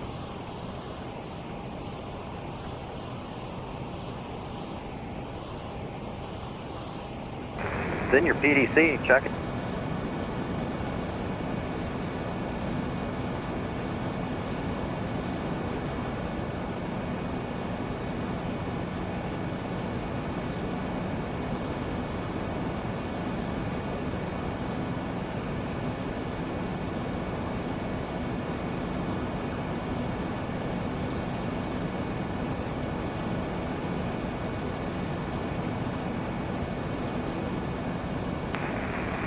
JetBlue 879 actually currently at Las Vegas, winds are calm and clear skies, 10-mile visibility. Expect 26 right for departure.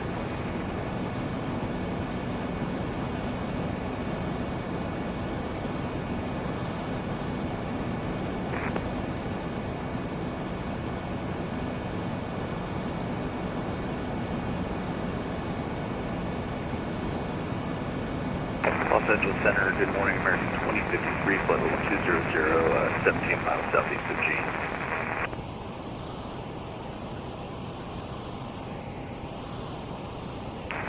2053, Los Angeles Center, good morning. Radar contact is in Rockstar 3 arrival, 26 left.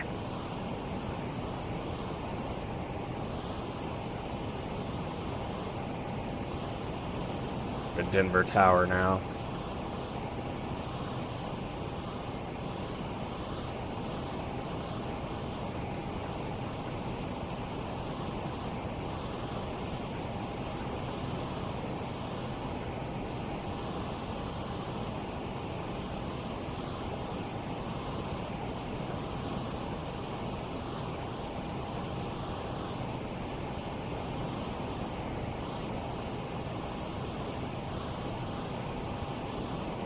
Actually, looking at the radar, it might be worth going over to 122.8. Getting kind of close to Denver, and there's a pretty large line of aircraft about to take off from there, so throw that up just in case we have to deconflict.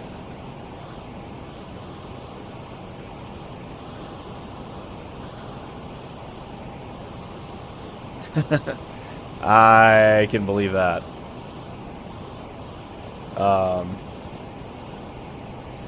Man, what was it? The other day I was flying and it was Denver Center. And there's like 2 or 3 guys that just were not, they weren't responding, you know, they weren't hearing their call sign, and I feel sorry for the controllers sometimes because, you know, it's all for fun and there's people learning and stuff, but man, there's some people.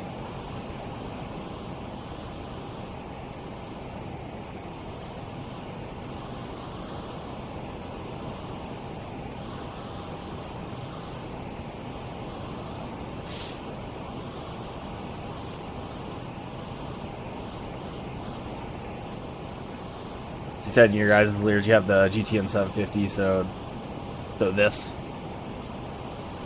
I just installed this today because I was flying with the 530, and man, I was so sick of dialing in every single waypoint. Oh yeah.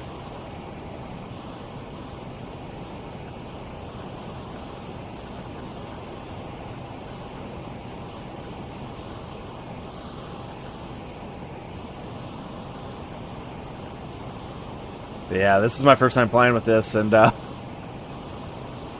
if you, at some point, if you go back and watch my my departure, I had screwed around with the GPS prior to flying, but I hadn't actually flown with it prior to this, and I guess I just assumed there was a, like, in the flight plan page or the map page somewhere where there was just like a direct to button on the screen, and I ended up, like, when I gave myself a direct to, I just came into here and I'm like, okay, you know, first it's melts, I'll go to melts, and then I activated leg. The plane obviously didn't do anything.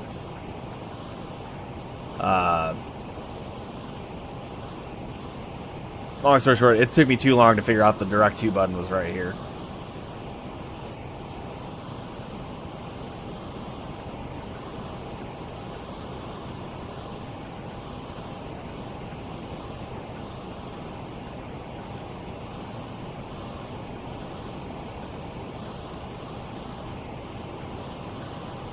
So definitely wasn't my finest moment on the departure there. But now we know.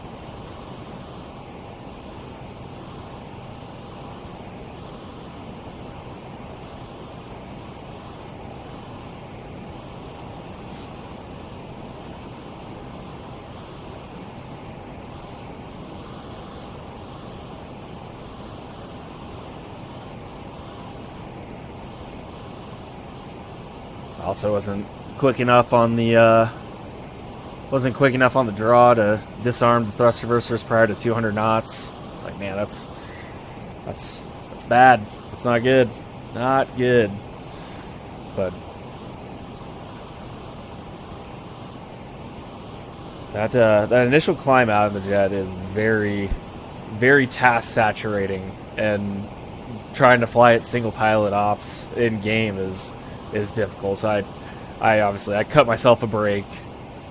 You know, as long as I get the TRs disarmed in a reasonable amount of time, you know, there's only so much you can do, because unless, you know, maybe there is a button binding to disarm them, but trying to fly, then get the mouse up here, you know, you're clicking it all 3 different ways. Oh, 100%, yeah.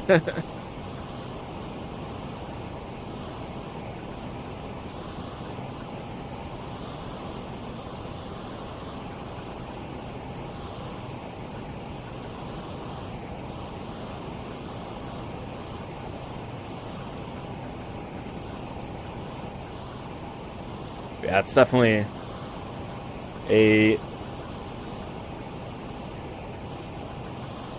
TR deploy at those kind of speeds, man, they do that to us in the sim, and it is like I'd much rather have an engine failure than a TR deploy, you know, at rotate.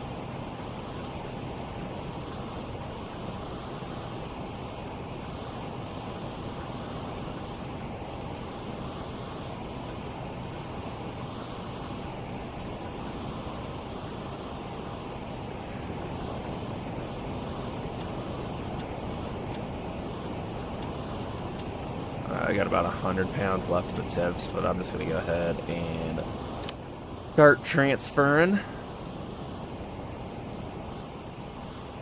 before I forget.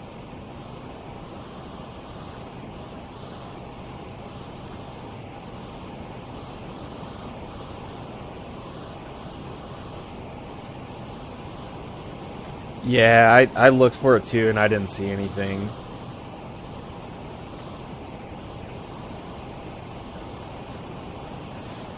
Sucks that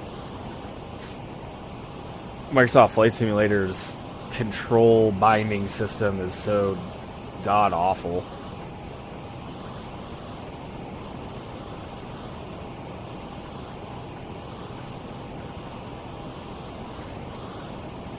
I don't know if you've ever played DCS or not, but far and away DCS, the control binding system is so much better, and it's customizable from aircraft to aircraft.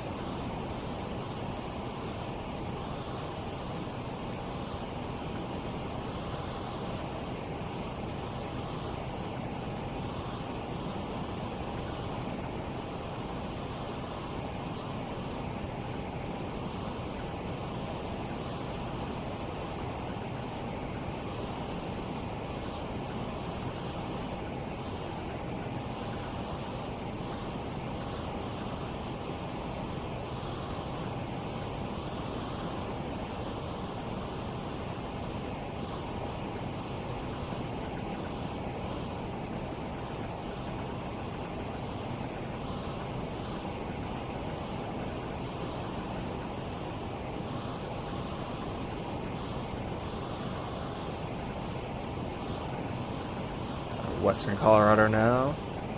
We're going to shoot just north of Denver.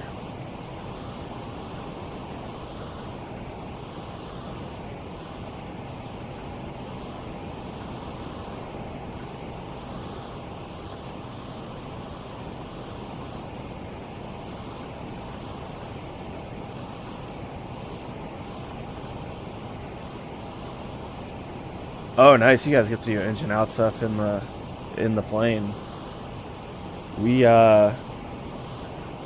We stopped doing it in the actual jet well before I was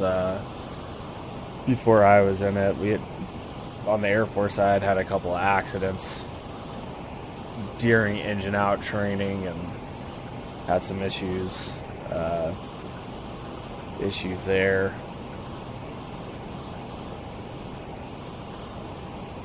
But yeah, TR significantly worse. Like, not only,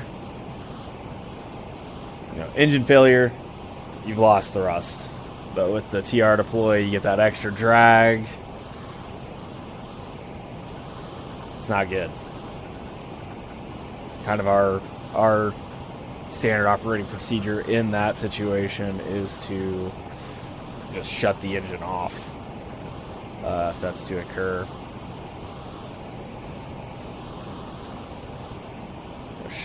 Disarm the TR. That doesn't work. Shut it off. Shut that engine off. And then you're pulling circuit breakers.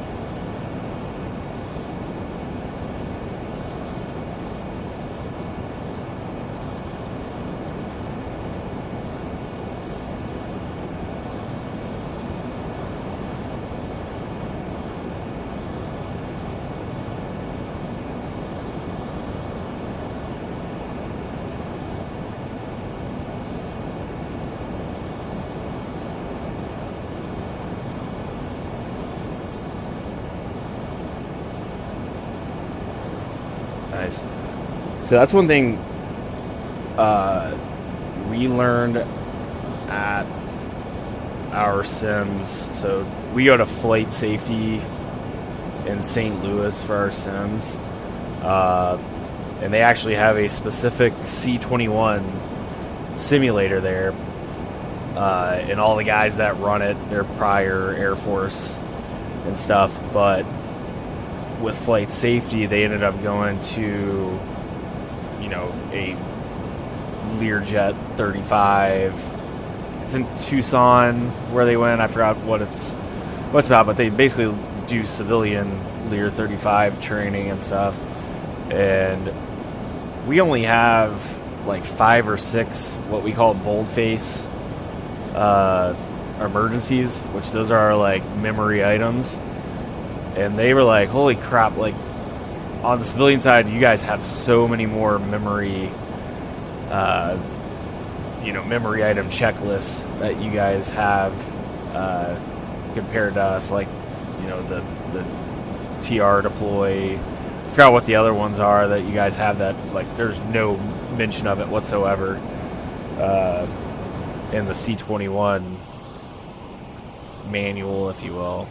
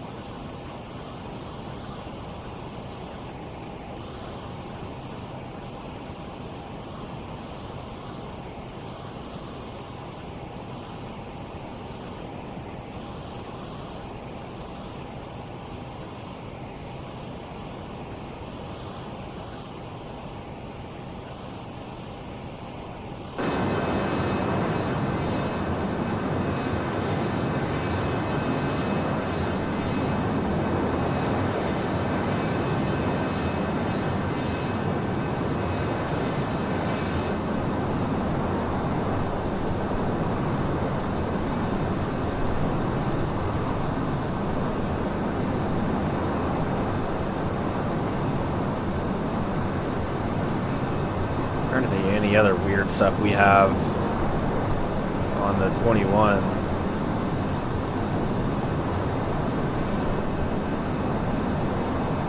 And like I said, you already mentioned the Delta fins.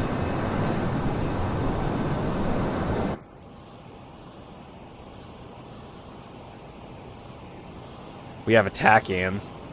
Another thing we have that's not on your civilian models.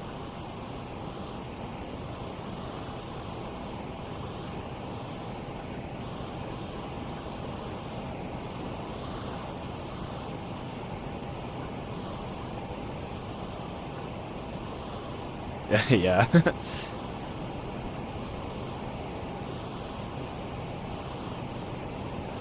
When in doubt, control wheel master switch.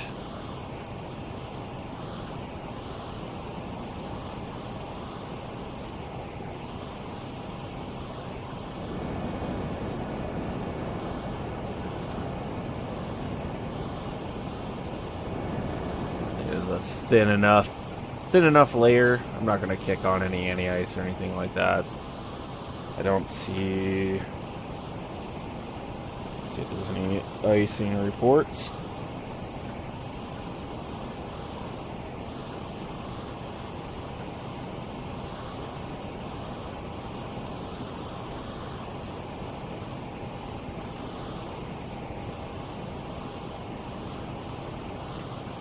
Yeah, I'm not seeing any icing.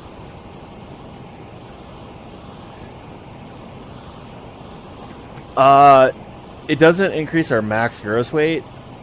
Like, we're still, like, our max takeoff is 18.3, but we can land at 16,000. And prior to the Delta Fin mod, our max landing weight was 15.3 in the C-21.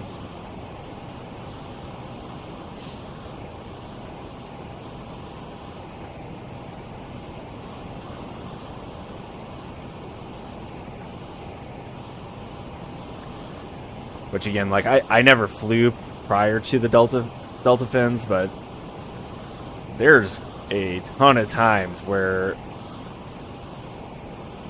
we've landed, like since I've been in the plane, you know, between that 15.3 and 16,000 pounds. It's like, man, that extra 700 pounds is so nice. Because it, you know, in a lot of cases over here, it allows us to tanker fuel. So if we have multiple stops or whatever, we're not having to fill up every single time.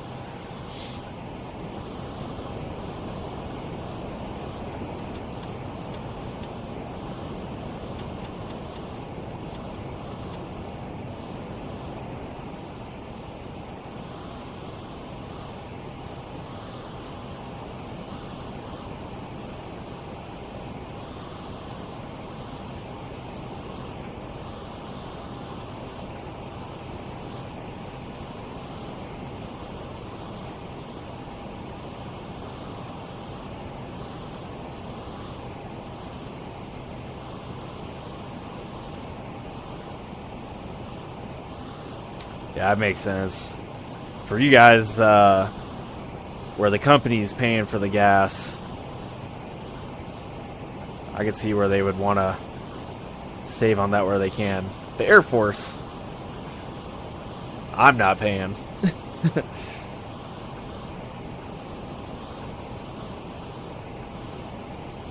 And in relation to other Air Force jets and stuff, the C-21 is such a drop in the bucket. You know, our fuel costs and stuff, there's literally no oversight as far as how much fuel we take on flights and stuff. Whereas when I was in the 135, they were gnats assing our gas all the time. They're like, oh, I see you put on, you know, 100,000 pounds of gas when your block fuel was only 70,000. Why did you do that? Whereas, you know, obviously 100,000 pounds of gas, a lot more than the C-21 can hold, and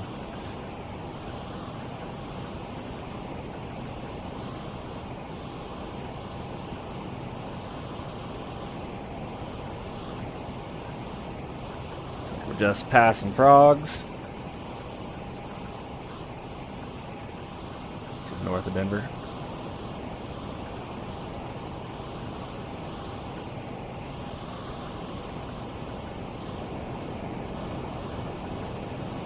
So it's the front range here. That's probably Denver. Right down there.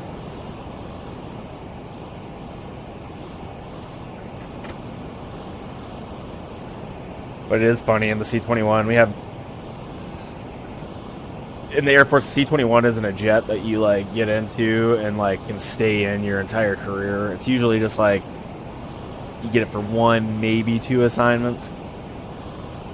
So you get people from all sorts of different backgrounds, and like I said, we have no oversight on how much fuel we take. You know, there'll be times our block fuel is like 3,000 pounds or something.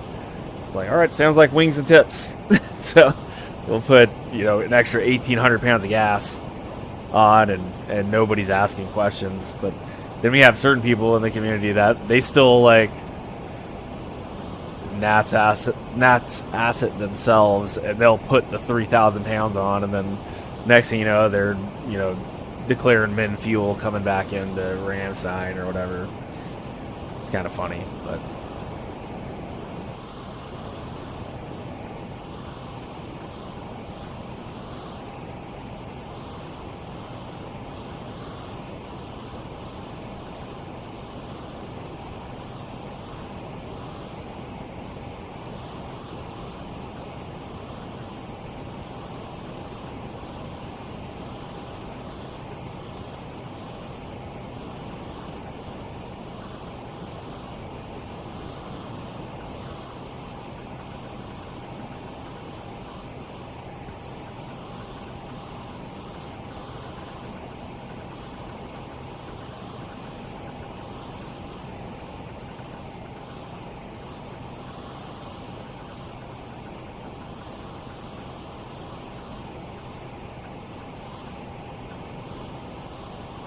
Now, one thing I don't know if this is cumulative distance.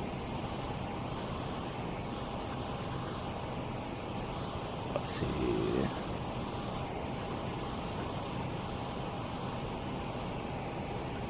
So it should be from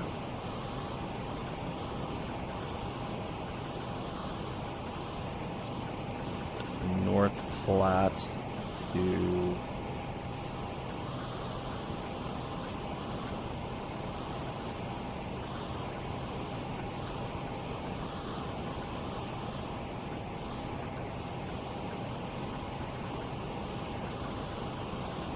LBF J10.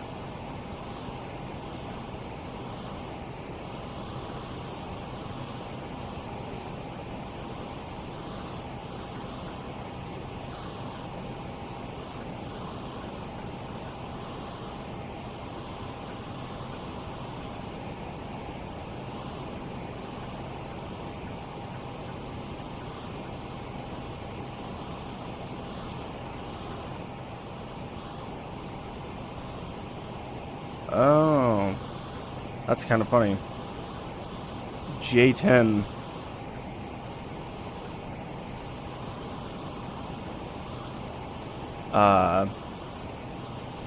Oh.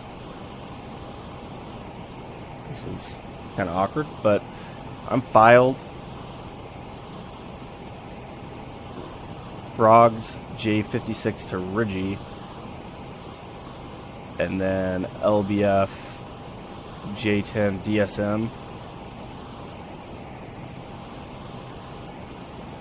But J56 doesn't exist. And J10 doesn't exist.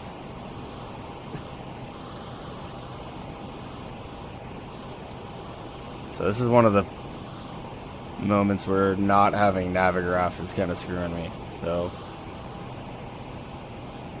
that's awkward.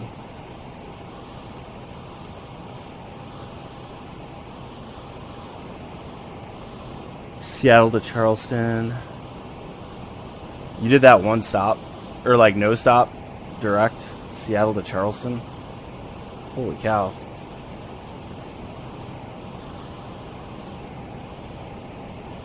The longest I have flown, I want to say, is like 3.5, just over 3.5 hours. And that was Germany to Turkey.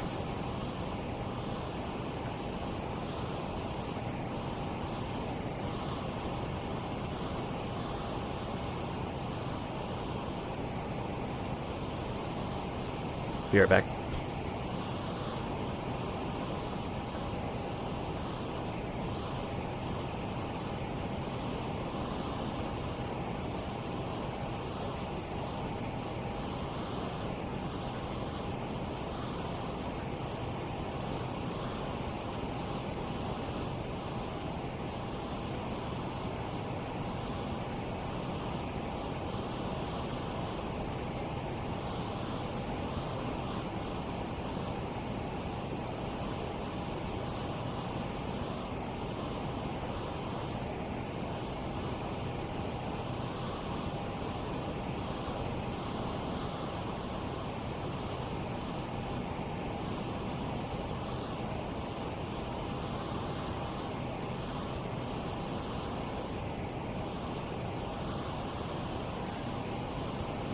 Dang.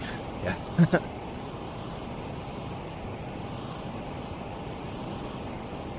I always tell people, like, they'll ask me how long, they'll say, like, what's the range of the jet or whatever. I was like, if you really wanted to push it, you could probably, get, 4.5 hours, 5 hours out of it.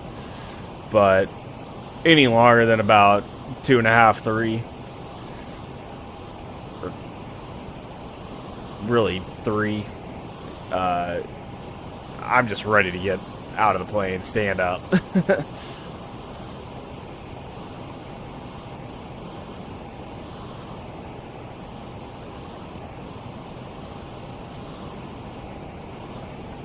And then when we're carrying passengers, then you have to think about passenger comfort and stuff. You know, any longer than about 3 hours, you know, someone's inevitably going to have to go to the bathroom.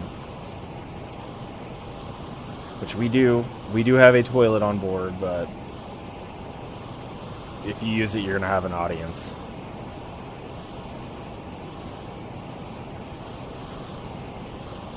See, yeah, that's what screws us over in Europe a lot, is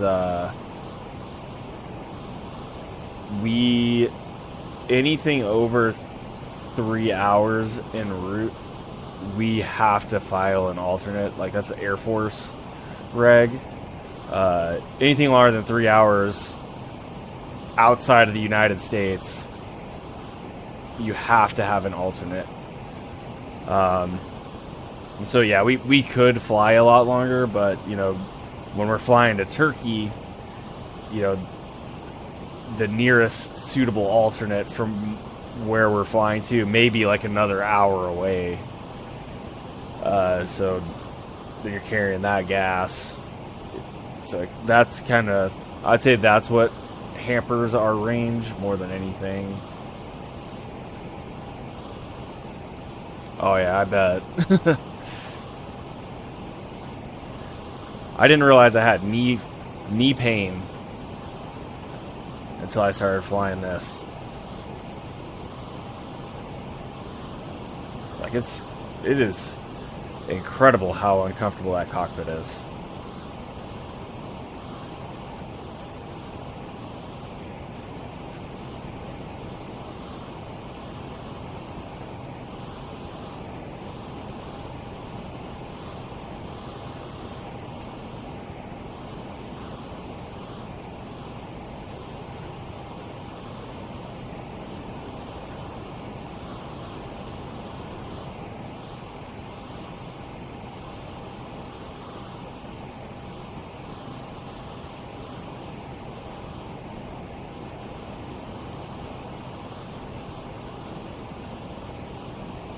Yeah, for some reason, it's never really bothered my back that much.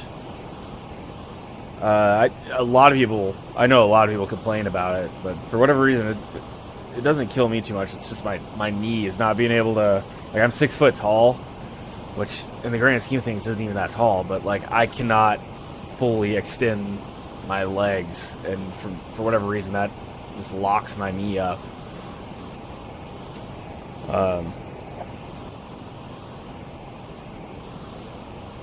But the same thing, like I flew the T6 prior to the C-21, and that's an ejection seat aircraft, and a lot of people, and pulling G's, and a lot of people had back issues flying the T6. Again, I somehow escaped that. Yeah, for sure. We just got one of our jets back from depot maintenance. So, like, aggressive, like, they pull everything out of the jet and everything, and they put new seat covers on it and everything, so it's a little bit more comfy.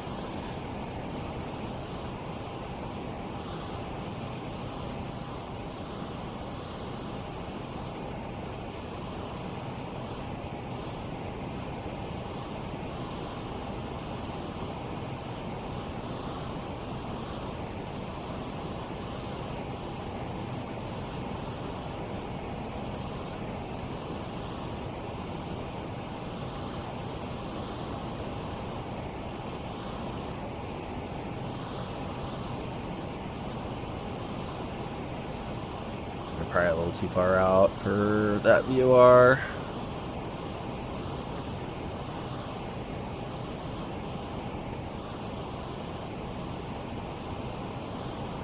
$140 miles. We should be picking it up. Oh, it's 117. Yeah, 117.4.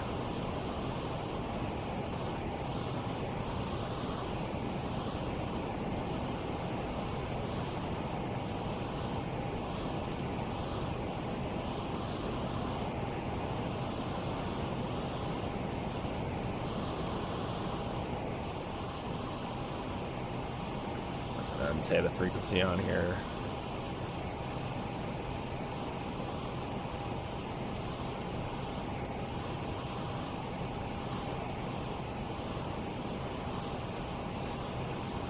17.4.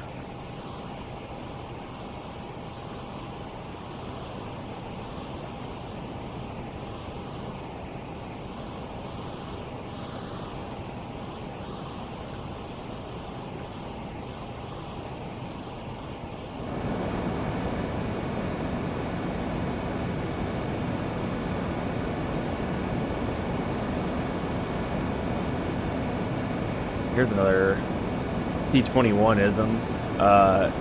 We only have the recognition light or the recce light in the right tip tank. In the left tip tank, we don't have a light. So to make up for that, whatever the weight of the light is, there's that much less fuel in this tip tank. I think it's 40 pounds because I want to say it's 15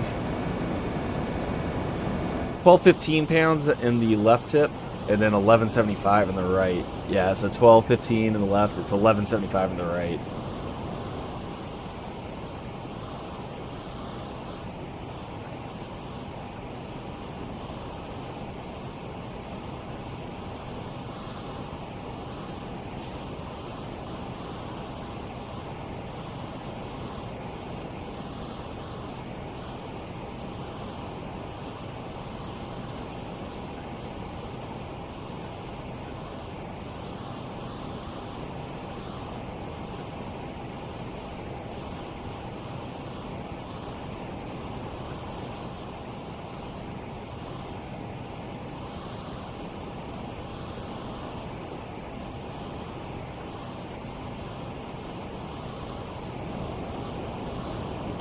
Of the fuel situation. Looks like it's starting to push forward.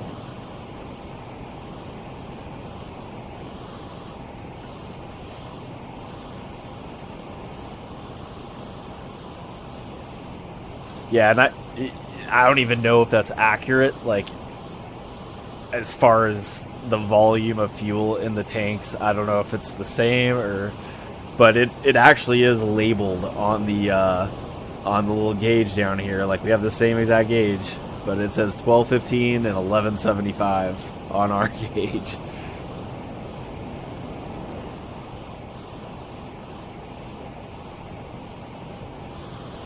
Which the fact that both of these tips have the lights and it says 1215 for each of them.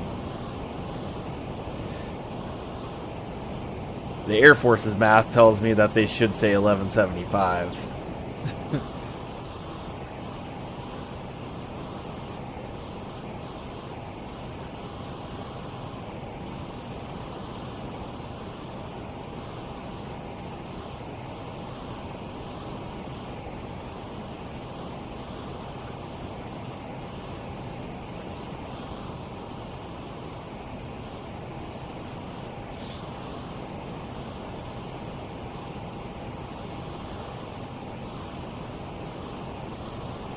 Getting close to an hour out from Des Moines, so I'll just do a quick little weather check.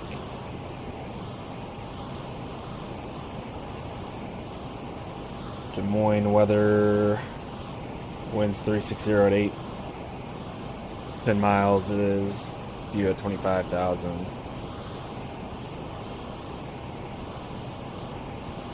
Altimeter 3008. Set that so I don't forget it. Runway 523 is closed by NOTAM there, so we will likely be landing on, we'd be on runway 31 anyways.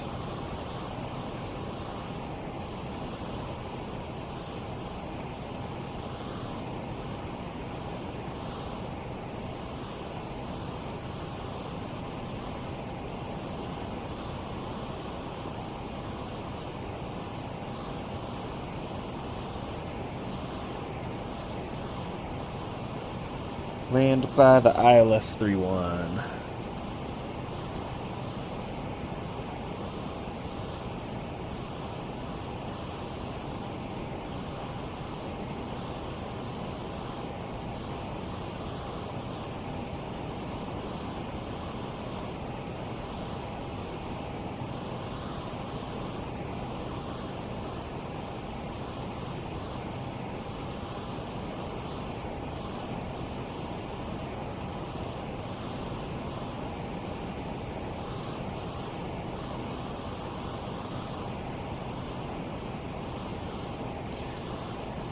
That's weird. I don't know why we're not getting any DME information off of 117.4 or course information.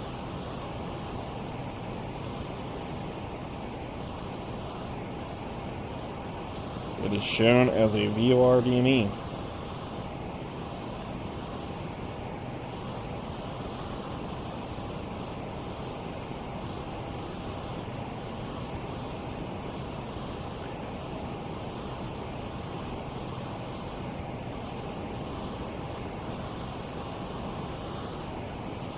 Oh, that's got to be brutal, having to switch between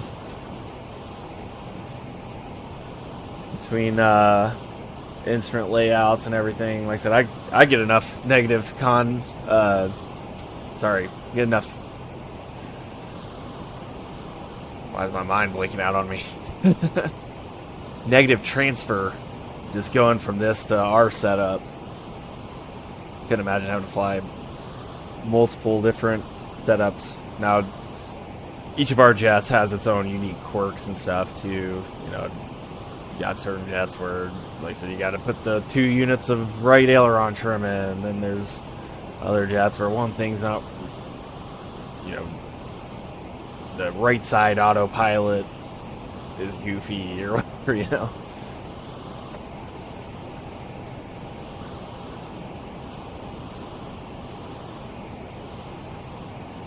Do all of yours have TRs, or do you have some that don't?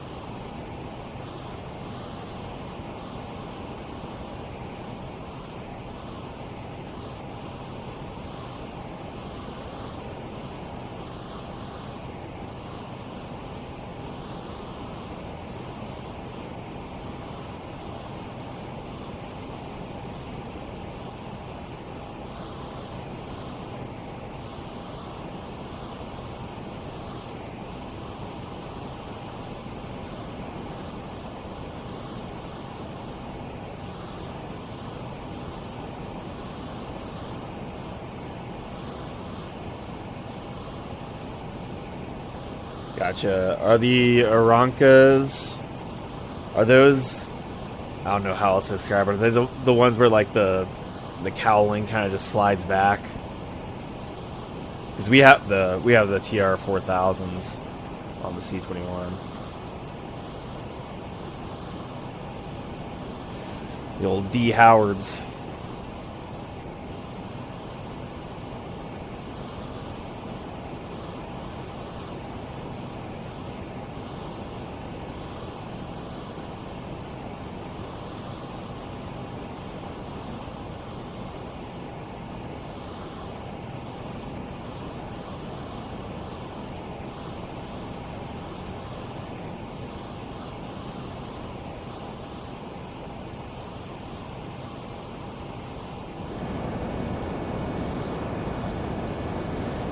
Yeah, I love the D Howards. Like, this is the first jet I've flown with TRs, so even if you don't, even if you don't use reverse thrust, you just kick the buckets out. Like, just that drag is so nice for stopping power.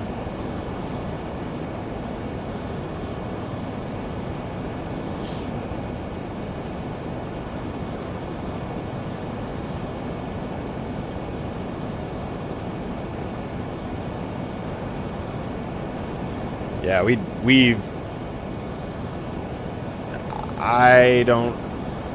can't think of any issues we've had with them at all either. Like, we haven't had any inadvertent thrust reverser deployments, so that's good. Let's say the only, yeah, I can't think of any issues we've had with them. They've been nothing but beneficial for us. Yeah, for sure.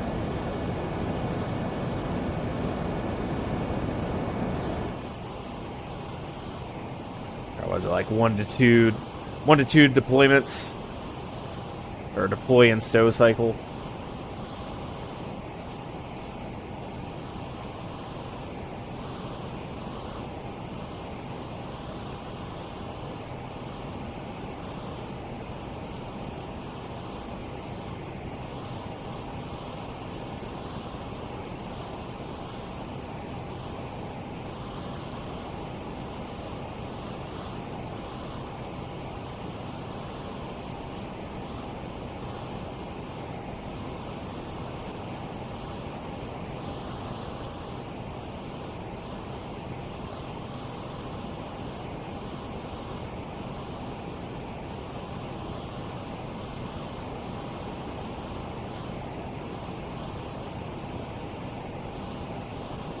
Yeah, definitely in the future need to make sure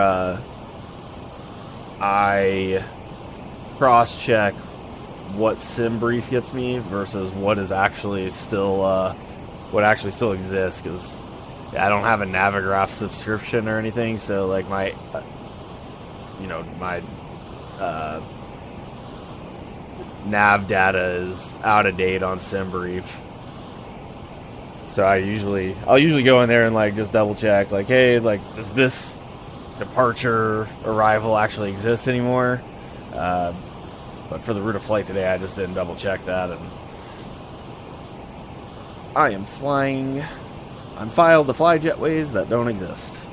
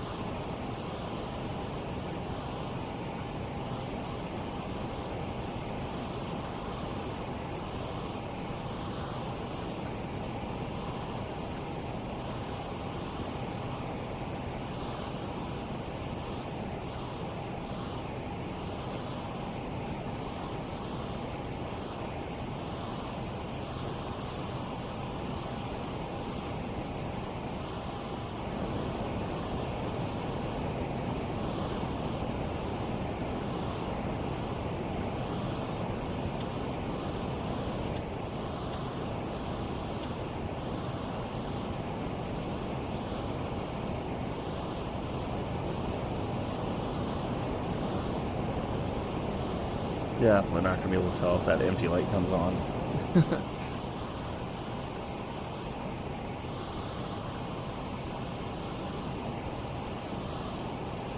It's funny, it finally picked up the VOR.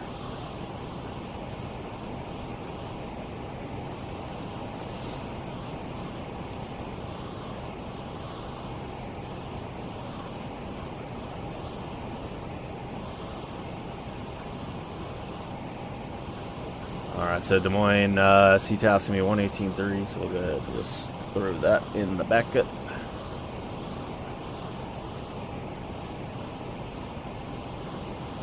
Nope, that's not what I meant.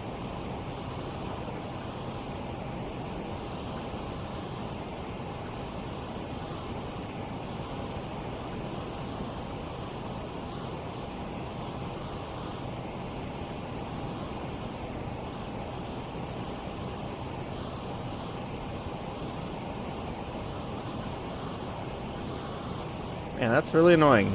Didn't get any air traffic control.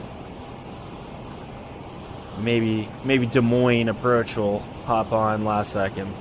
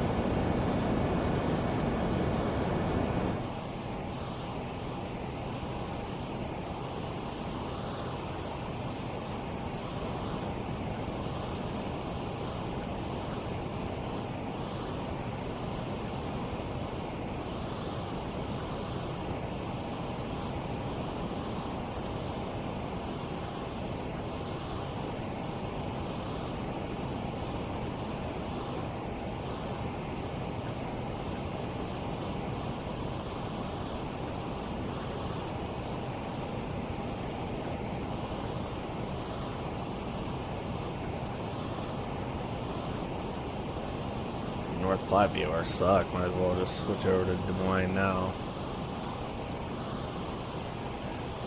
308 miles to destination. Des Moines sits at about 1,000 feet MSL, so 3 times altitude lose, about 120 miles out. We'll start the descent.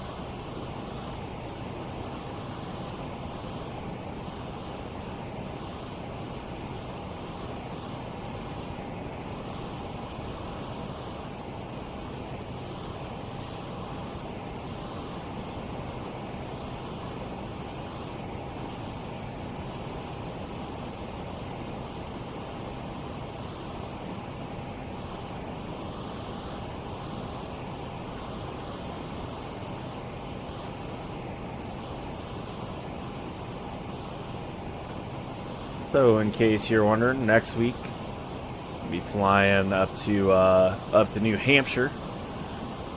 You can see I got Manchester and Keys Air National Guard Base as options there. We'll have to see if there's any freeware scenery for either of those places, or if there's another place in New Hampshire that has some good freeware scenery that we can fly into. Like I said, had a huge internal debate before I took to the skies today, whether to fly into Des Moines or into that little strip right next to the track there. But ultimately, the flight simulator, the visuals are what gets you in game. So I would rather be a little unrealistic and fly a little bit further away, but fly into something that looks like a real airport. I'd rather do that than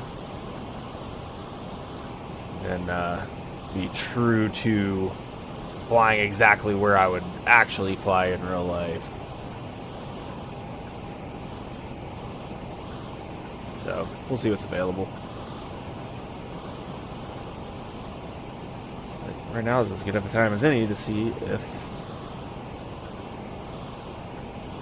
there is anything.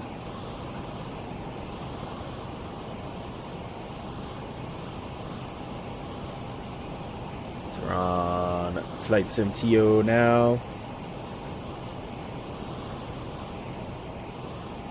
Just look for New Hampshire. Minnesota.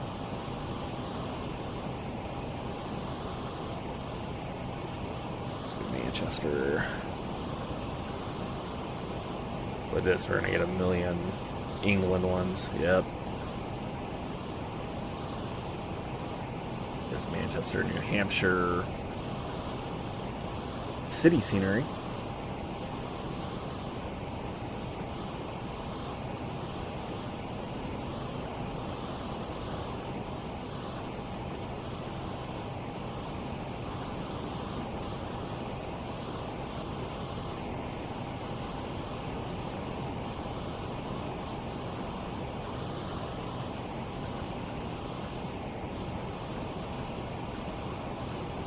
It's MHT.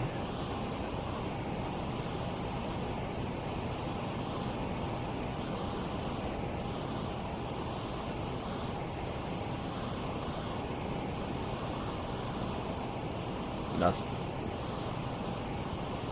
KSUU-KDSM. Nothing.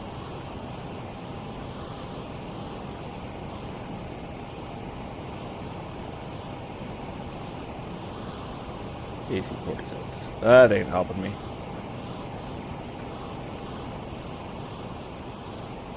New Hampshire Motor Speedway.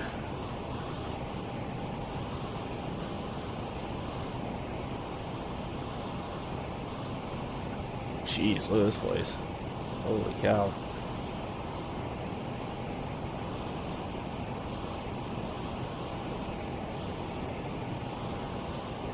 Alright, I'm gonna have to do some research some other point.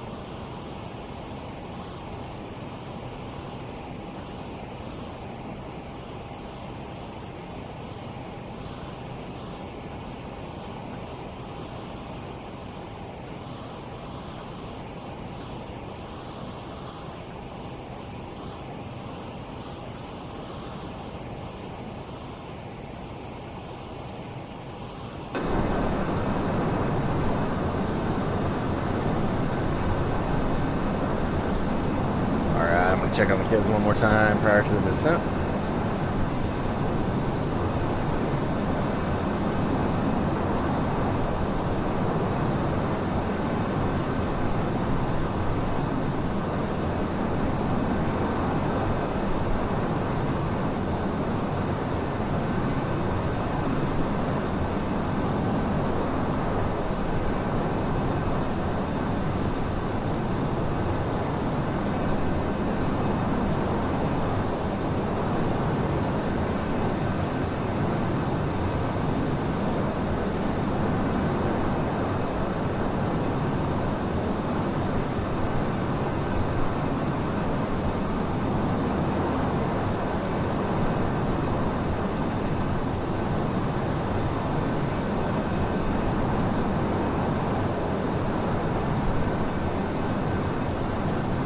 Yeah, I really timed this flight poorly. Kid should definitely be in bed right now, but if the wife knew, she'd probably kill me. They were still up. It's all right. It's 8:50. They should be. They're watching Blippi. They're learning about welding, learning a valuable skill.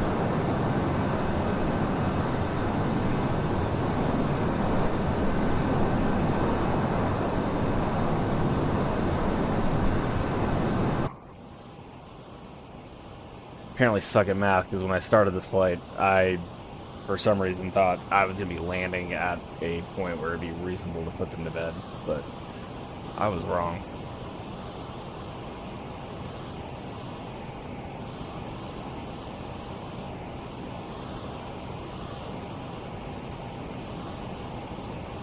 Alright, 250 miles out.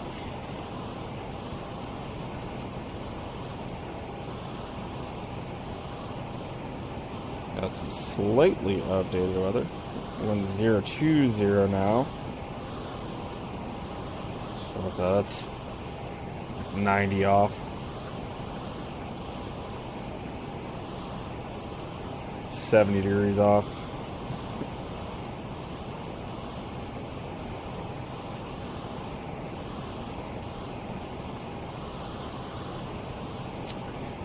At 8020.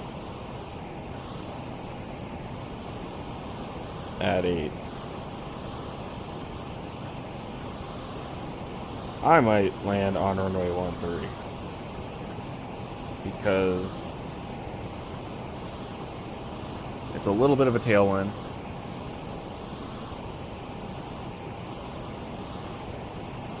But what I'm looking at here, I'm going to be parking right here. If I land on runway 31, I'm going to be getting off probably Delta 4 here, Delta 5. And I have to do a super long taxi. I have to cross a runway, cross another runway, over the apron. If I land runway 13, I can land. I can roll it out to Papa right into the right in the parking ramp. The winds are 020, so kind of coming from this direction. Sorry. Wait. Let's orient this correctly.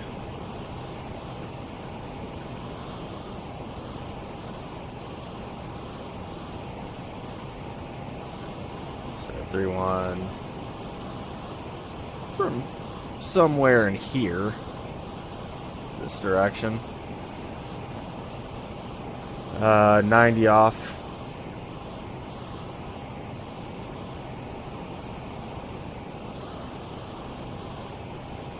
I feel like my math is wrong here. Math is hard. But yeah, we're gonna land on 13. I doubt there's anyone else going into Des Moines, so that's what we'll plan on doing.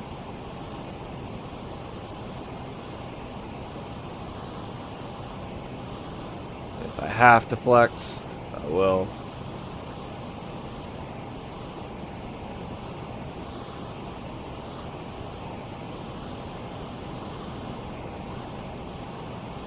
13 is going to be 1119.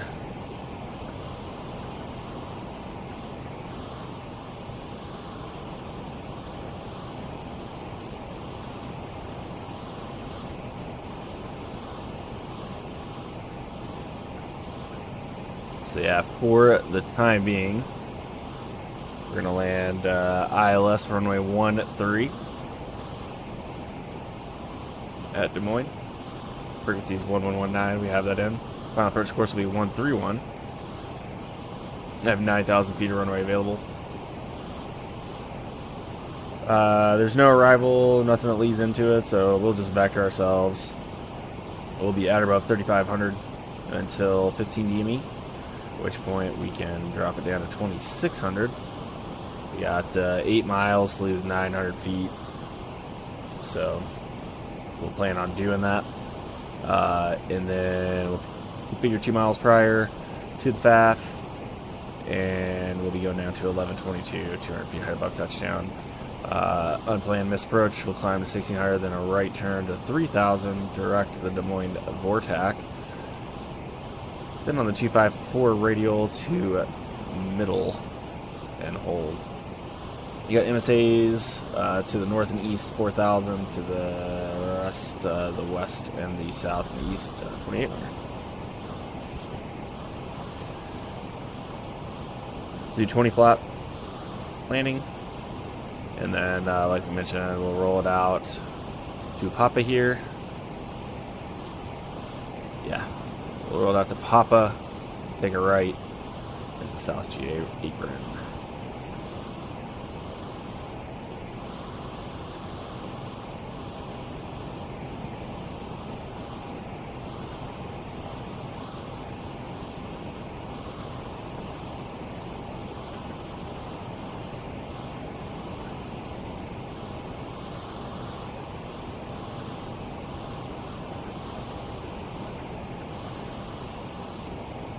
Should be coming up on good old Bromaha here pretty soon.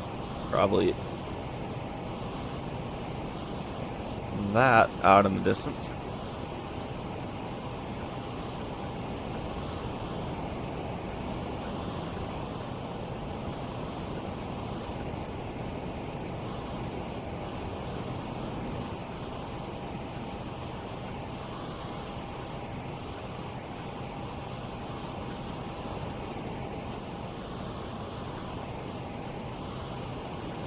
Kind of shocked with Des Moines and Omaha being so close to each other.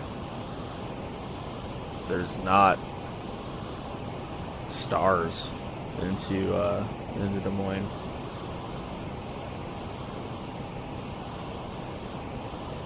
But I ain't complaining.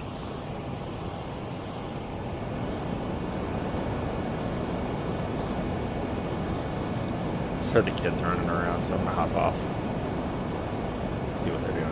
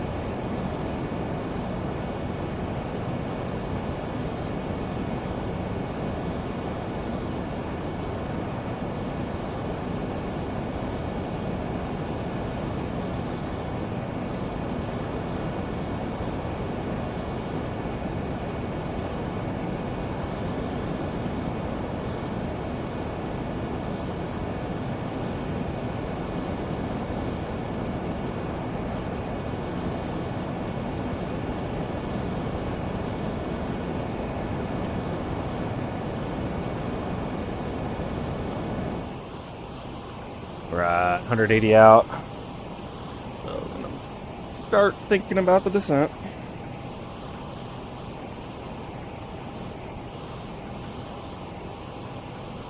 Sorry, hopefully you didn't get a broad shot there.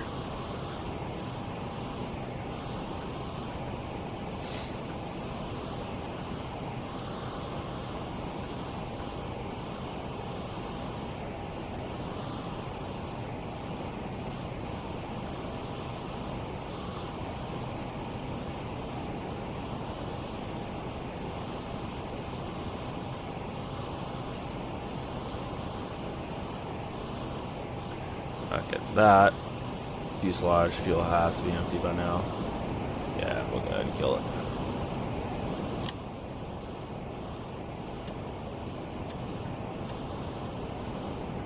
Sitting at 2,200 pounds. Got plenty for the rest of the flight.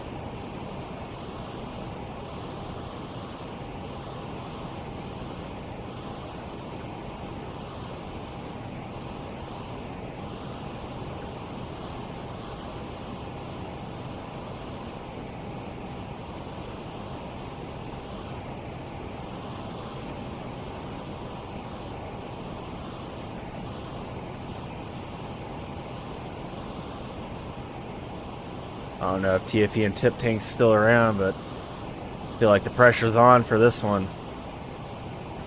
Got a fellow Lear pilot gonna be judging me on this landing. And my last few haven't been the best, I will say that.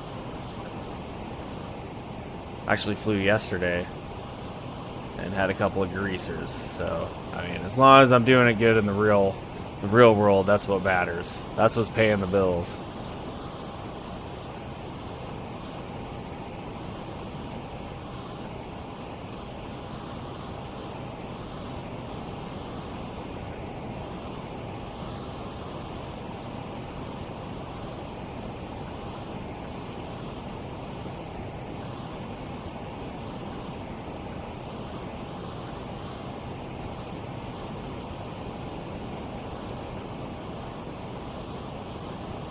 Omaha, somewhere in middle America.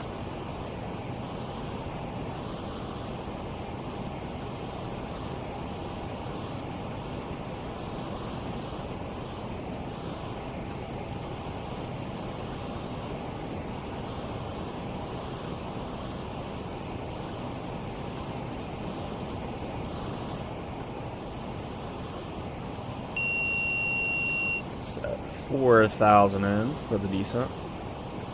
It's our MSA to the north of the field.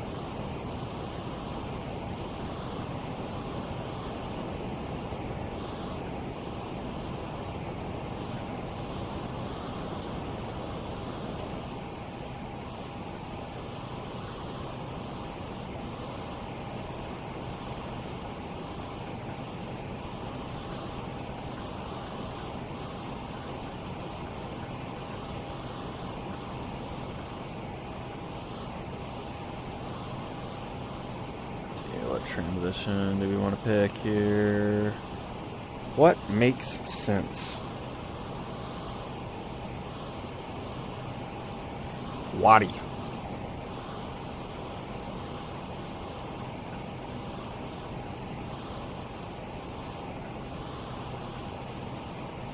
Yeah, none of the others make sense. Might you load the approach?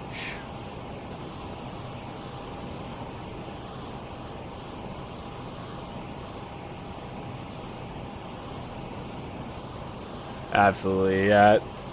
One of the probably 2-3 flights ago, the game was calling like winds calm, and I'm coming down final and plane's just bouncing all around. I'm like, you know, if winds were gusty or something, I could see it being like that, but it was, or what should have been like a beautiful day, like, you know, no convective activity or anything like that. just goofy.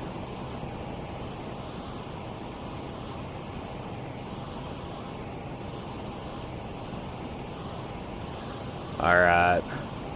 40,000 blues times 3, 120 miles out. We'll add 10, so we'll start the descent here in 5 miles.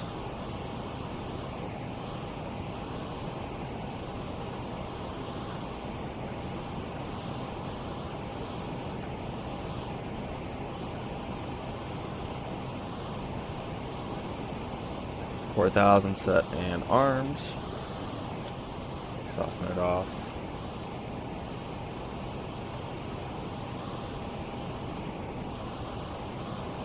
Alright, and the descent.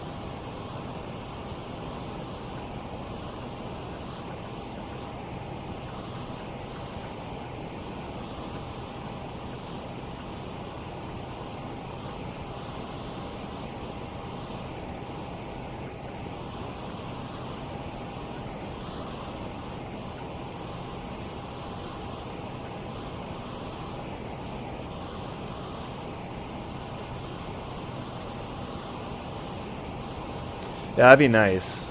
Now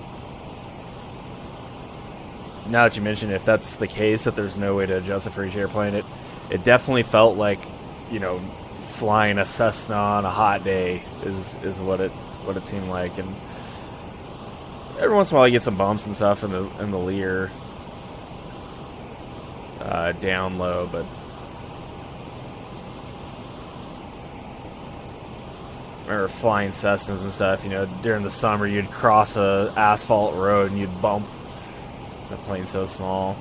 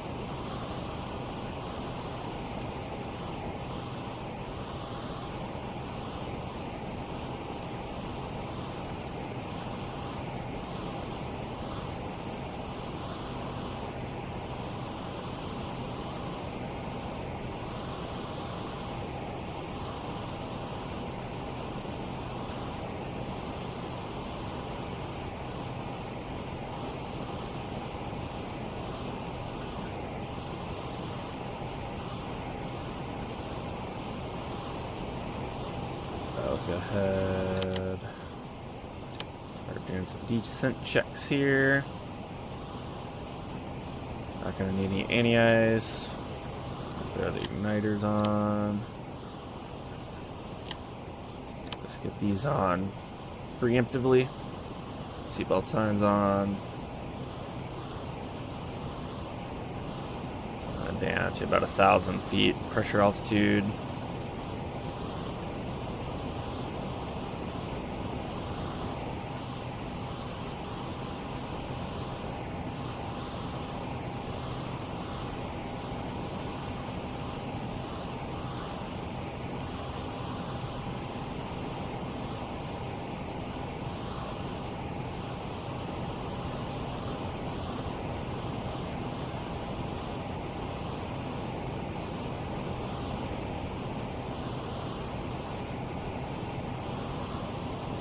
And the ILS course over here, real quick.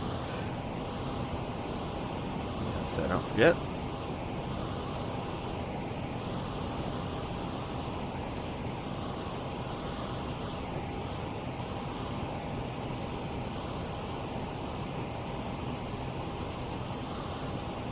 It's looking good on our descent.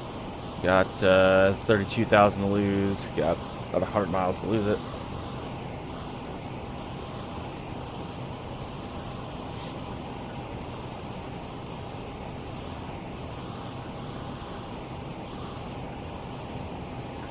Over just a little bit more.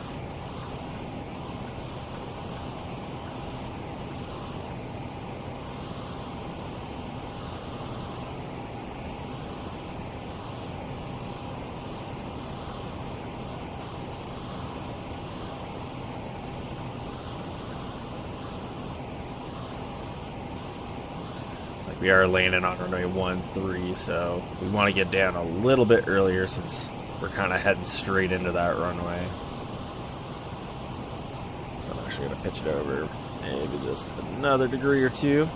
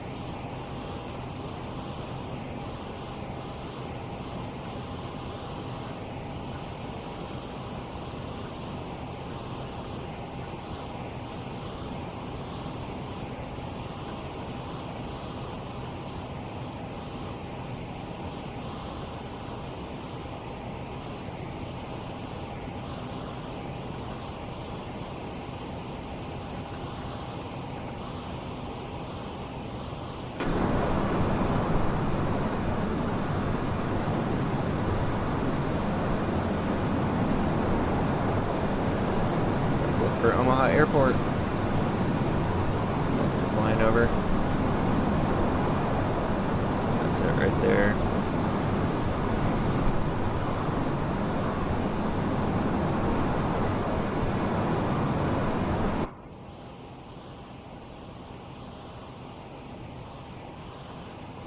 Alright, 25,000 to lose. 55. I probably need to start getting down just a little bit faster.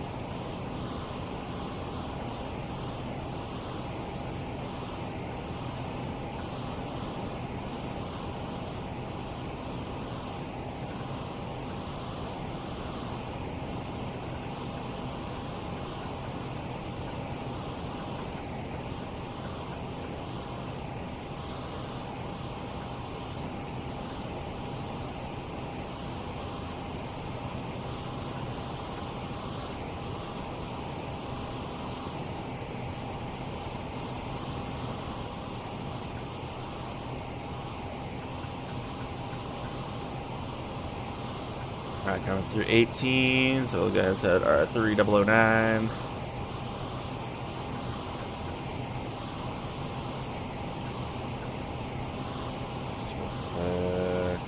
Just double check the weather there.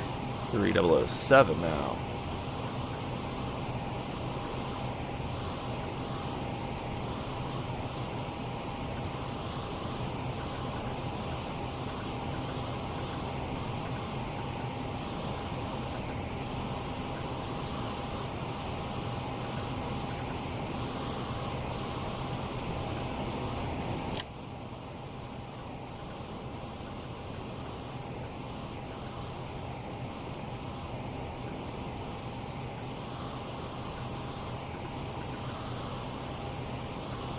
No idea what that view is for.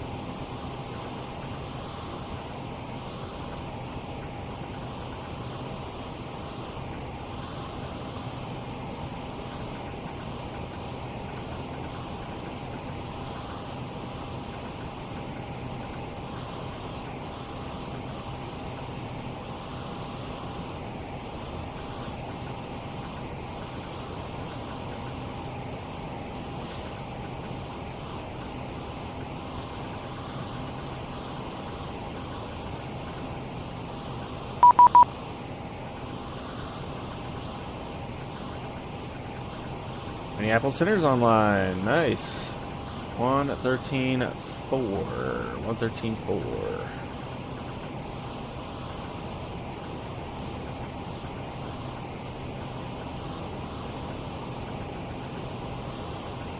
$133.4. That makes more sense.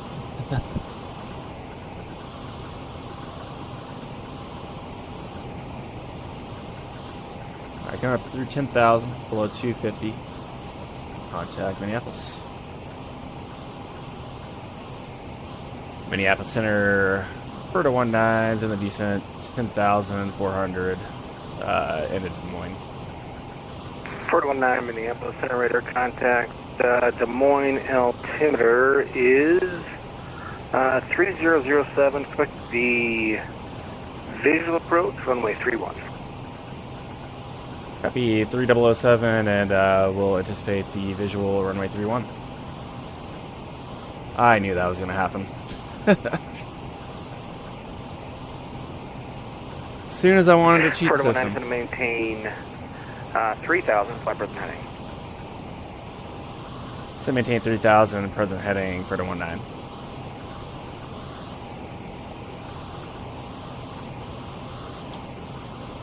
Minneapolis Center, good day, Lufthansa 4730, inbound Kilo Delta 7. Alright, so we're going to have the long taxi. Lufthansa 456, Minneapolis Center radar contact. Hello. That's 3-1, that's 110.3. Let's set that in for just to back ourselves up.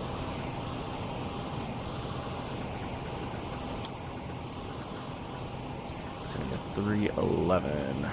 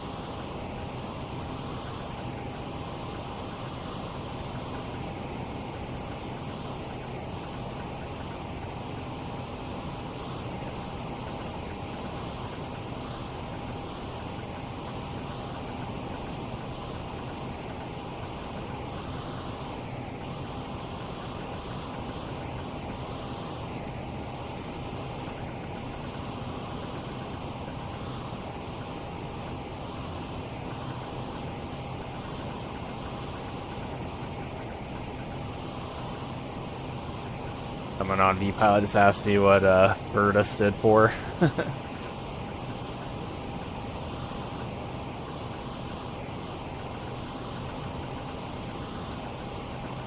For those of you that don't know, it's my iRacing theme. We're FERDA Motorsports, and it's based off the show Letterkenny.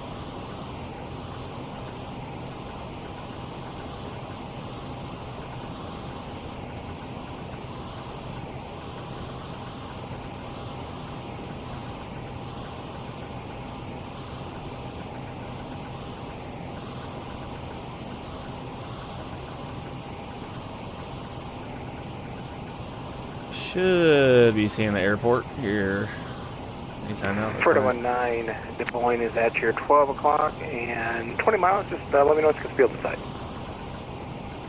Florida 19, we'll go.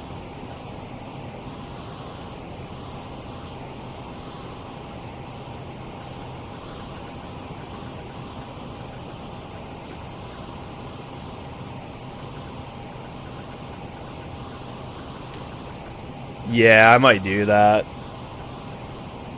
It's still calling 0208, so like tailwind's not a factor. There's the field right there. Minneapolis Center for the 19 has the field in sight. Request runway 13 if able.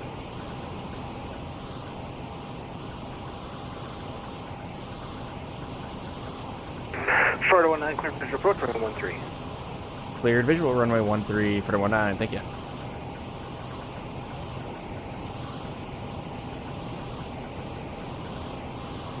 Nice.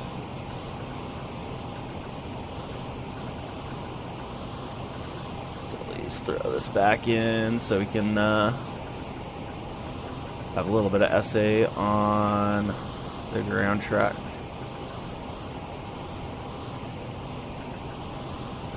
Start slowing her down.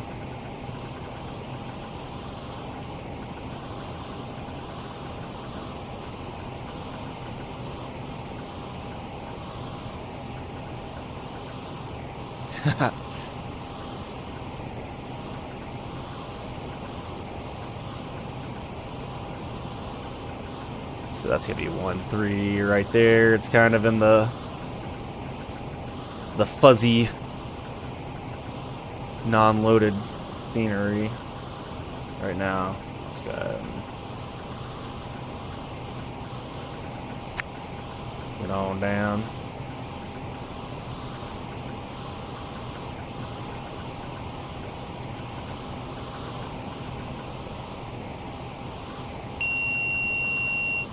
All right, want to go set and armed.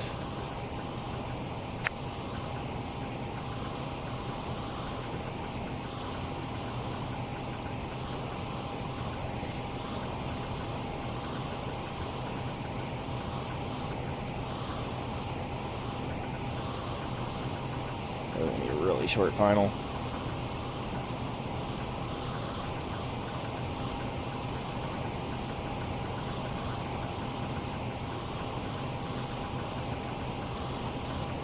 Get inside the FAF. Nope, I'll still be outside the FAF. We good, we good. Alright, we're held at 3,000. Pushing that power up to about 50%. That should drop us below 200. Florida 19, wind 0208, runway 13, Des Moines, clear left. Clear land, runway 13, Des Moines, Florida 19.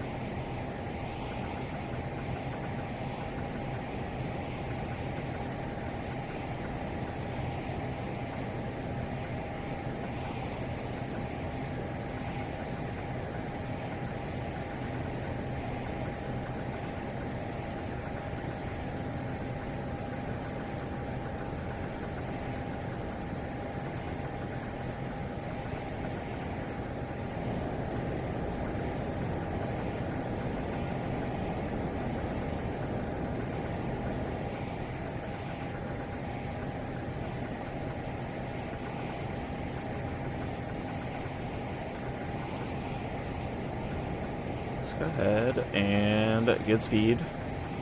Flaps 20, gear down.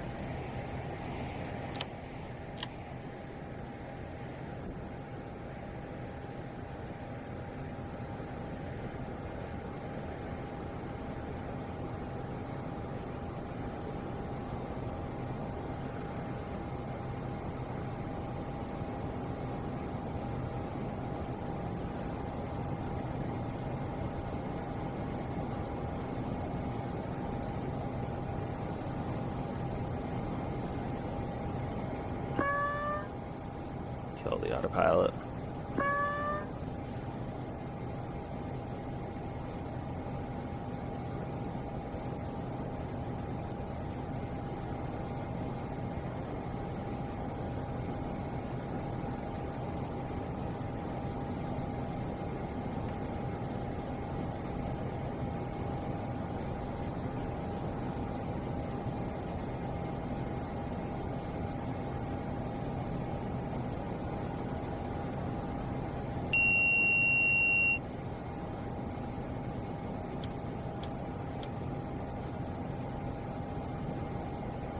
Who needs a flight director? Not this guy.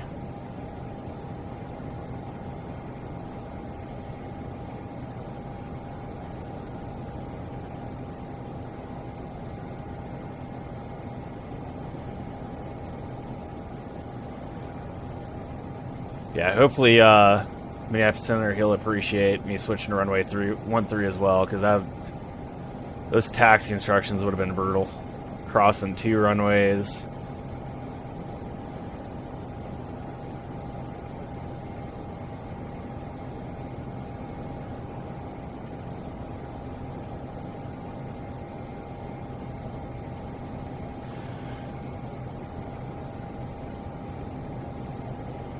Alright, there we got gear, flaps 20, TRs, good pressures, clearance to land. 1,000 feet, looking stable.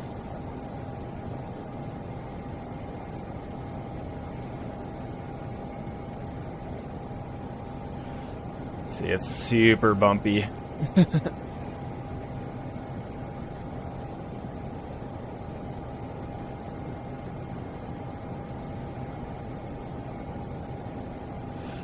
think I'm seeing 2 white, 2 red now.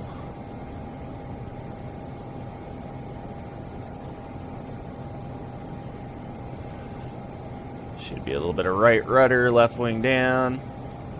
Oh man, there were some frame drops.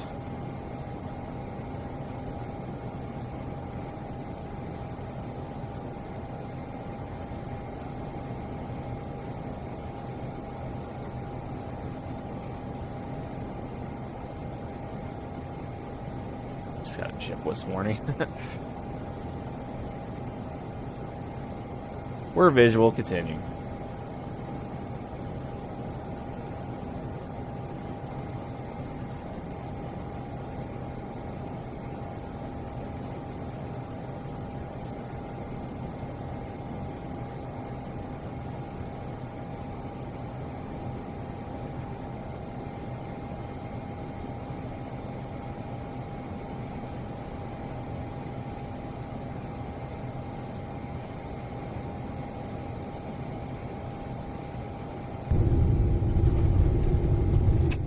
Good spoiler, and 2 deploys. Goodness gracious. Florida 19, welcome to Des Moines. You can roll to the end if you're going to Signature Aviation. Florida 19, Wilco. It's 100 knots.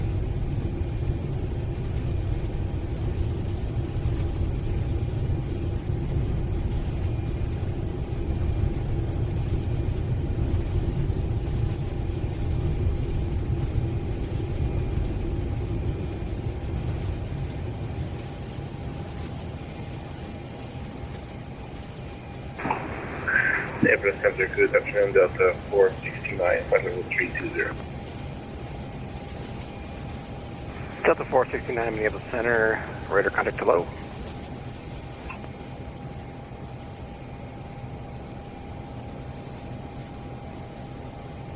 Florida 19, taxi to the ramp via Alpha. Taxi to the ramp via Alpha, Florida 19.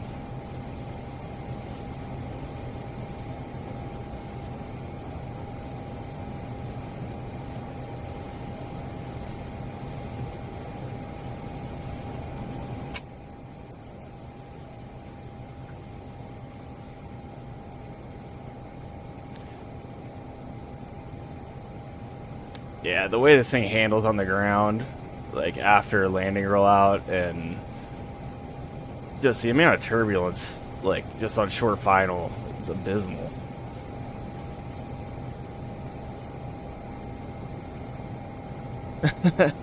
Yep, you called it.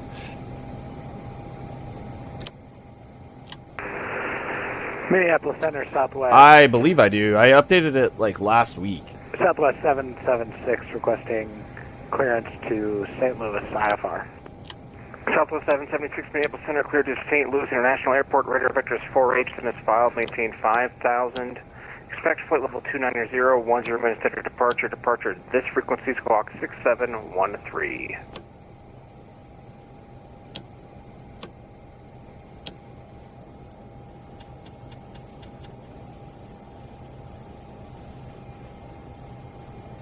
Southwest 776, squawking 6713.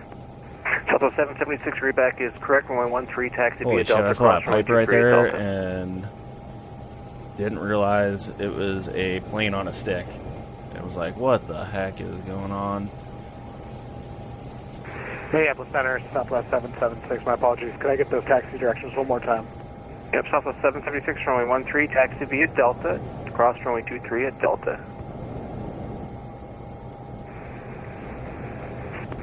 Southwest 776, runway 13 Delta, 23 Delta.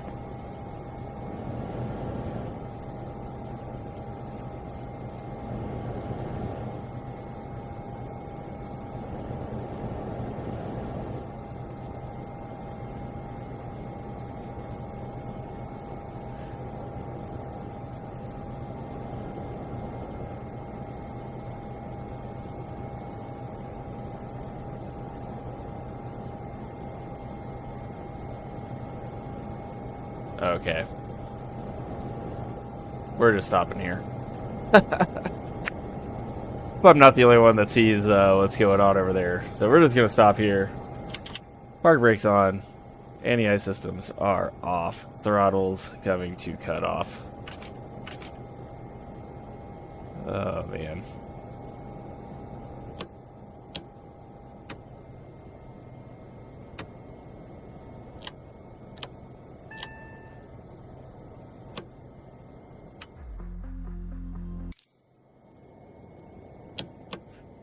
Turn the stalls off on the after landing check. Alright, everything's off. Battery's coming off. Go ahead, open the door for our packs.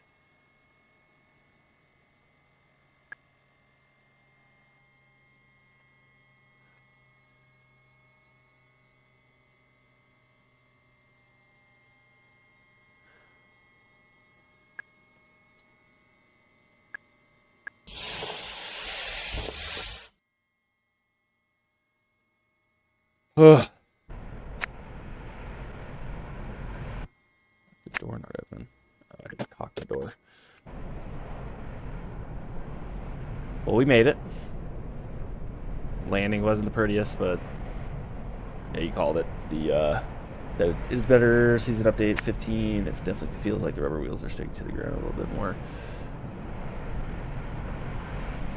This guy flies C-12s.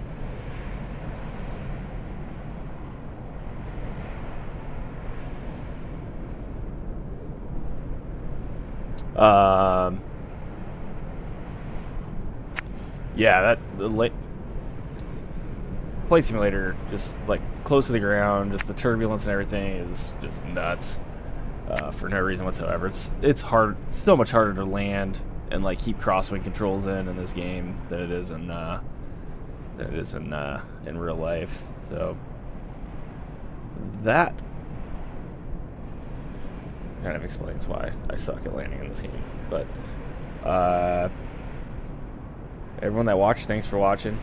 Next week, like I said, we'll be flying from here up to New Hampshire. So that should be a fun one. Another long one. I'll try to find some scenery. If not, just fly into a boring, bland, just normal Microsoft Flight Simulator airport. But yeah, every airplane, like the only one that, like the PMDG 737, it's still pretty bad, but it seems like it's a little bit more, it's not, like the turbulence and stuff doesn't bounce around as much, it doesn't seem like.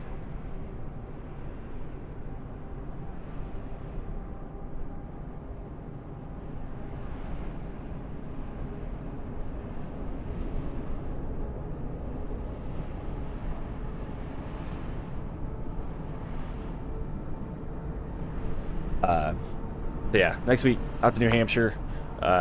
This week race at Iowa. I like Iowa; it's a fun track, especially for a short track. One of the few short tracks that I actually really enjoy racing at. So we'll see how that goes. Good luck to my brother when he does his race in the lead. But yeah, thanks for watching, and TFEs and tip tanks, thanks for chatting. Always good to talk to another tip tanker. Kept the flight entertaining. So we'll see you on the road next week. Have a good one.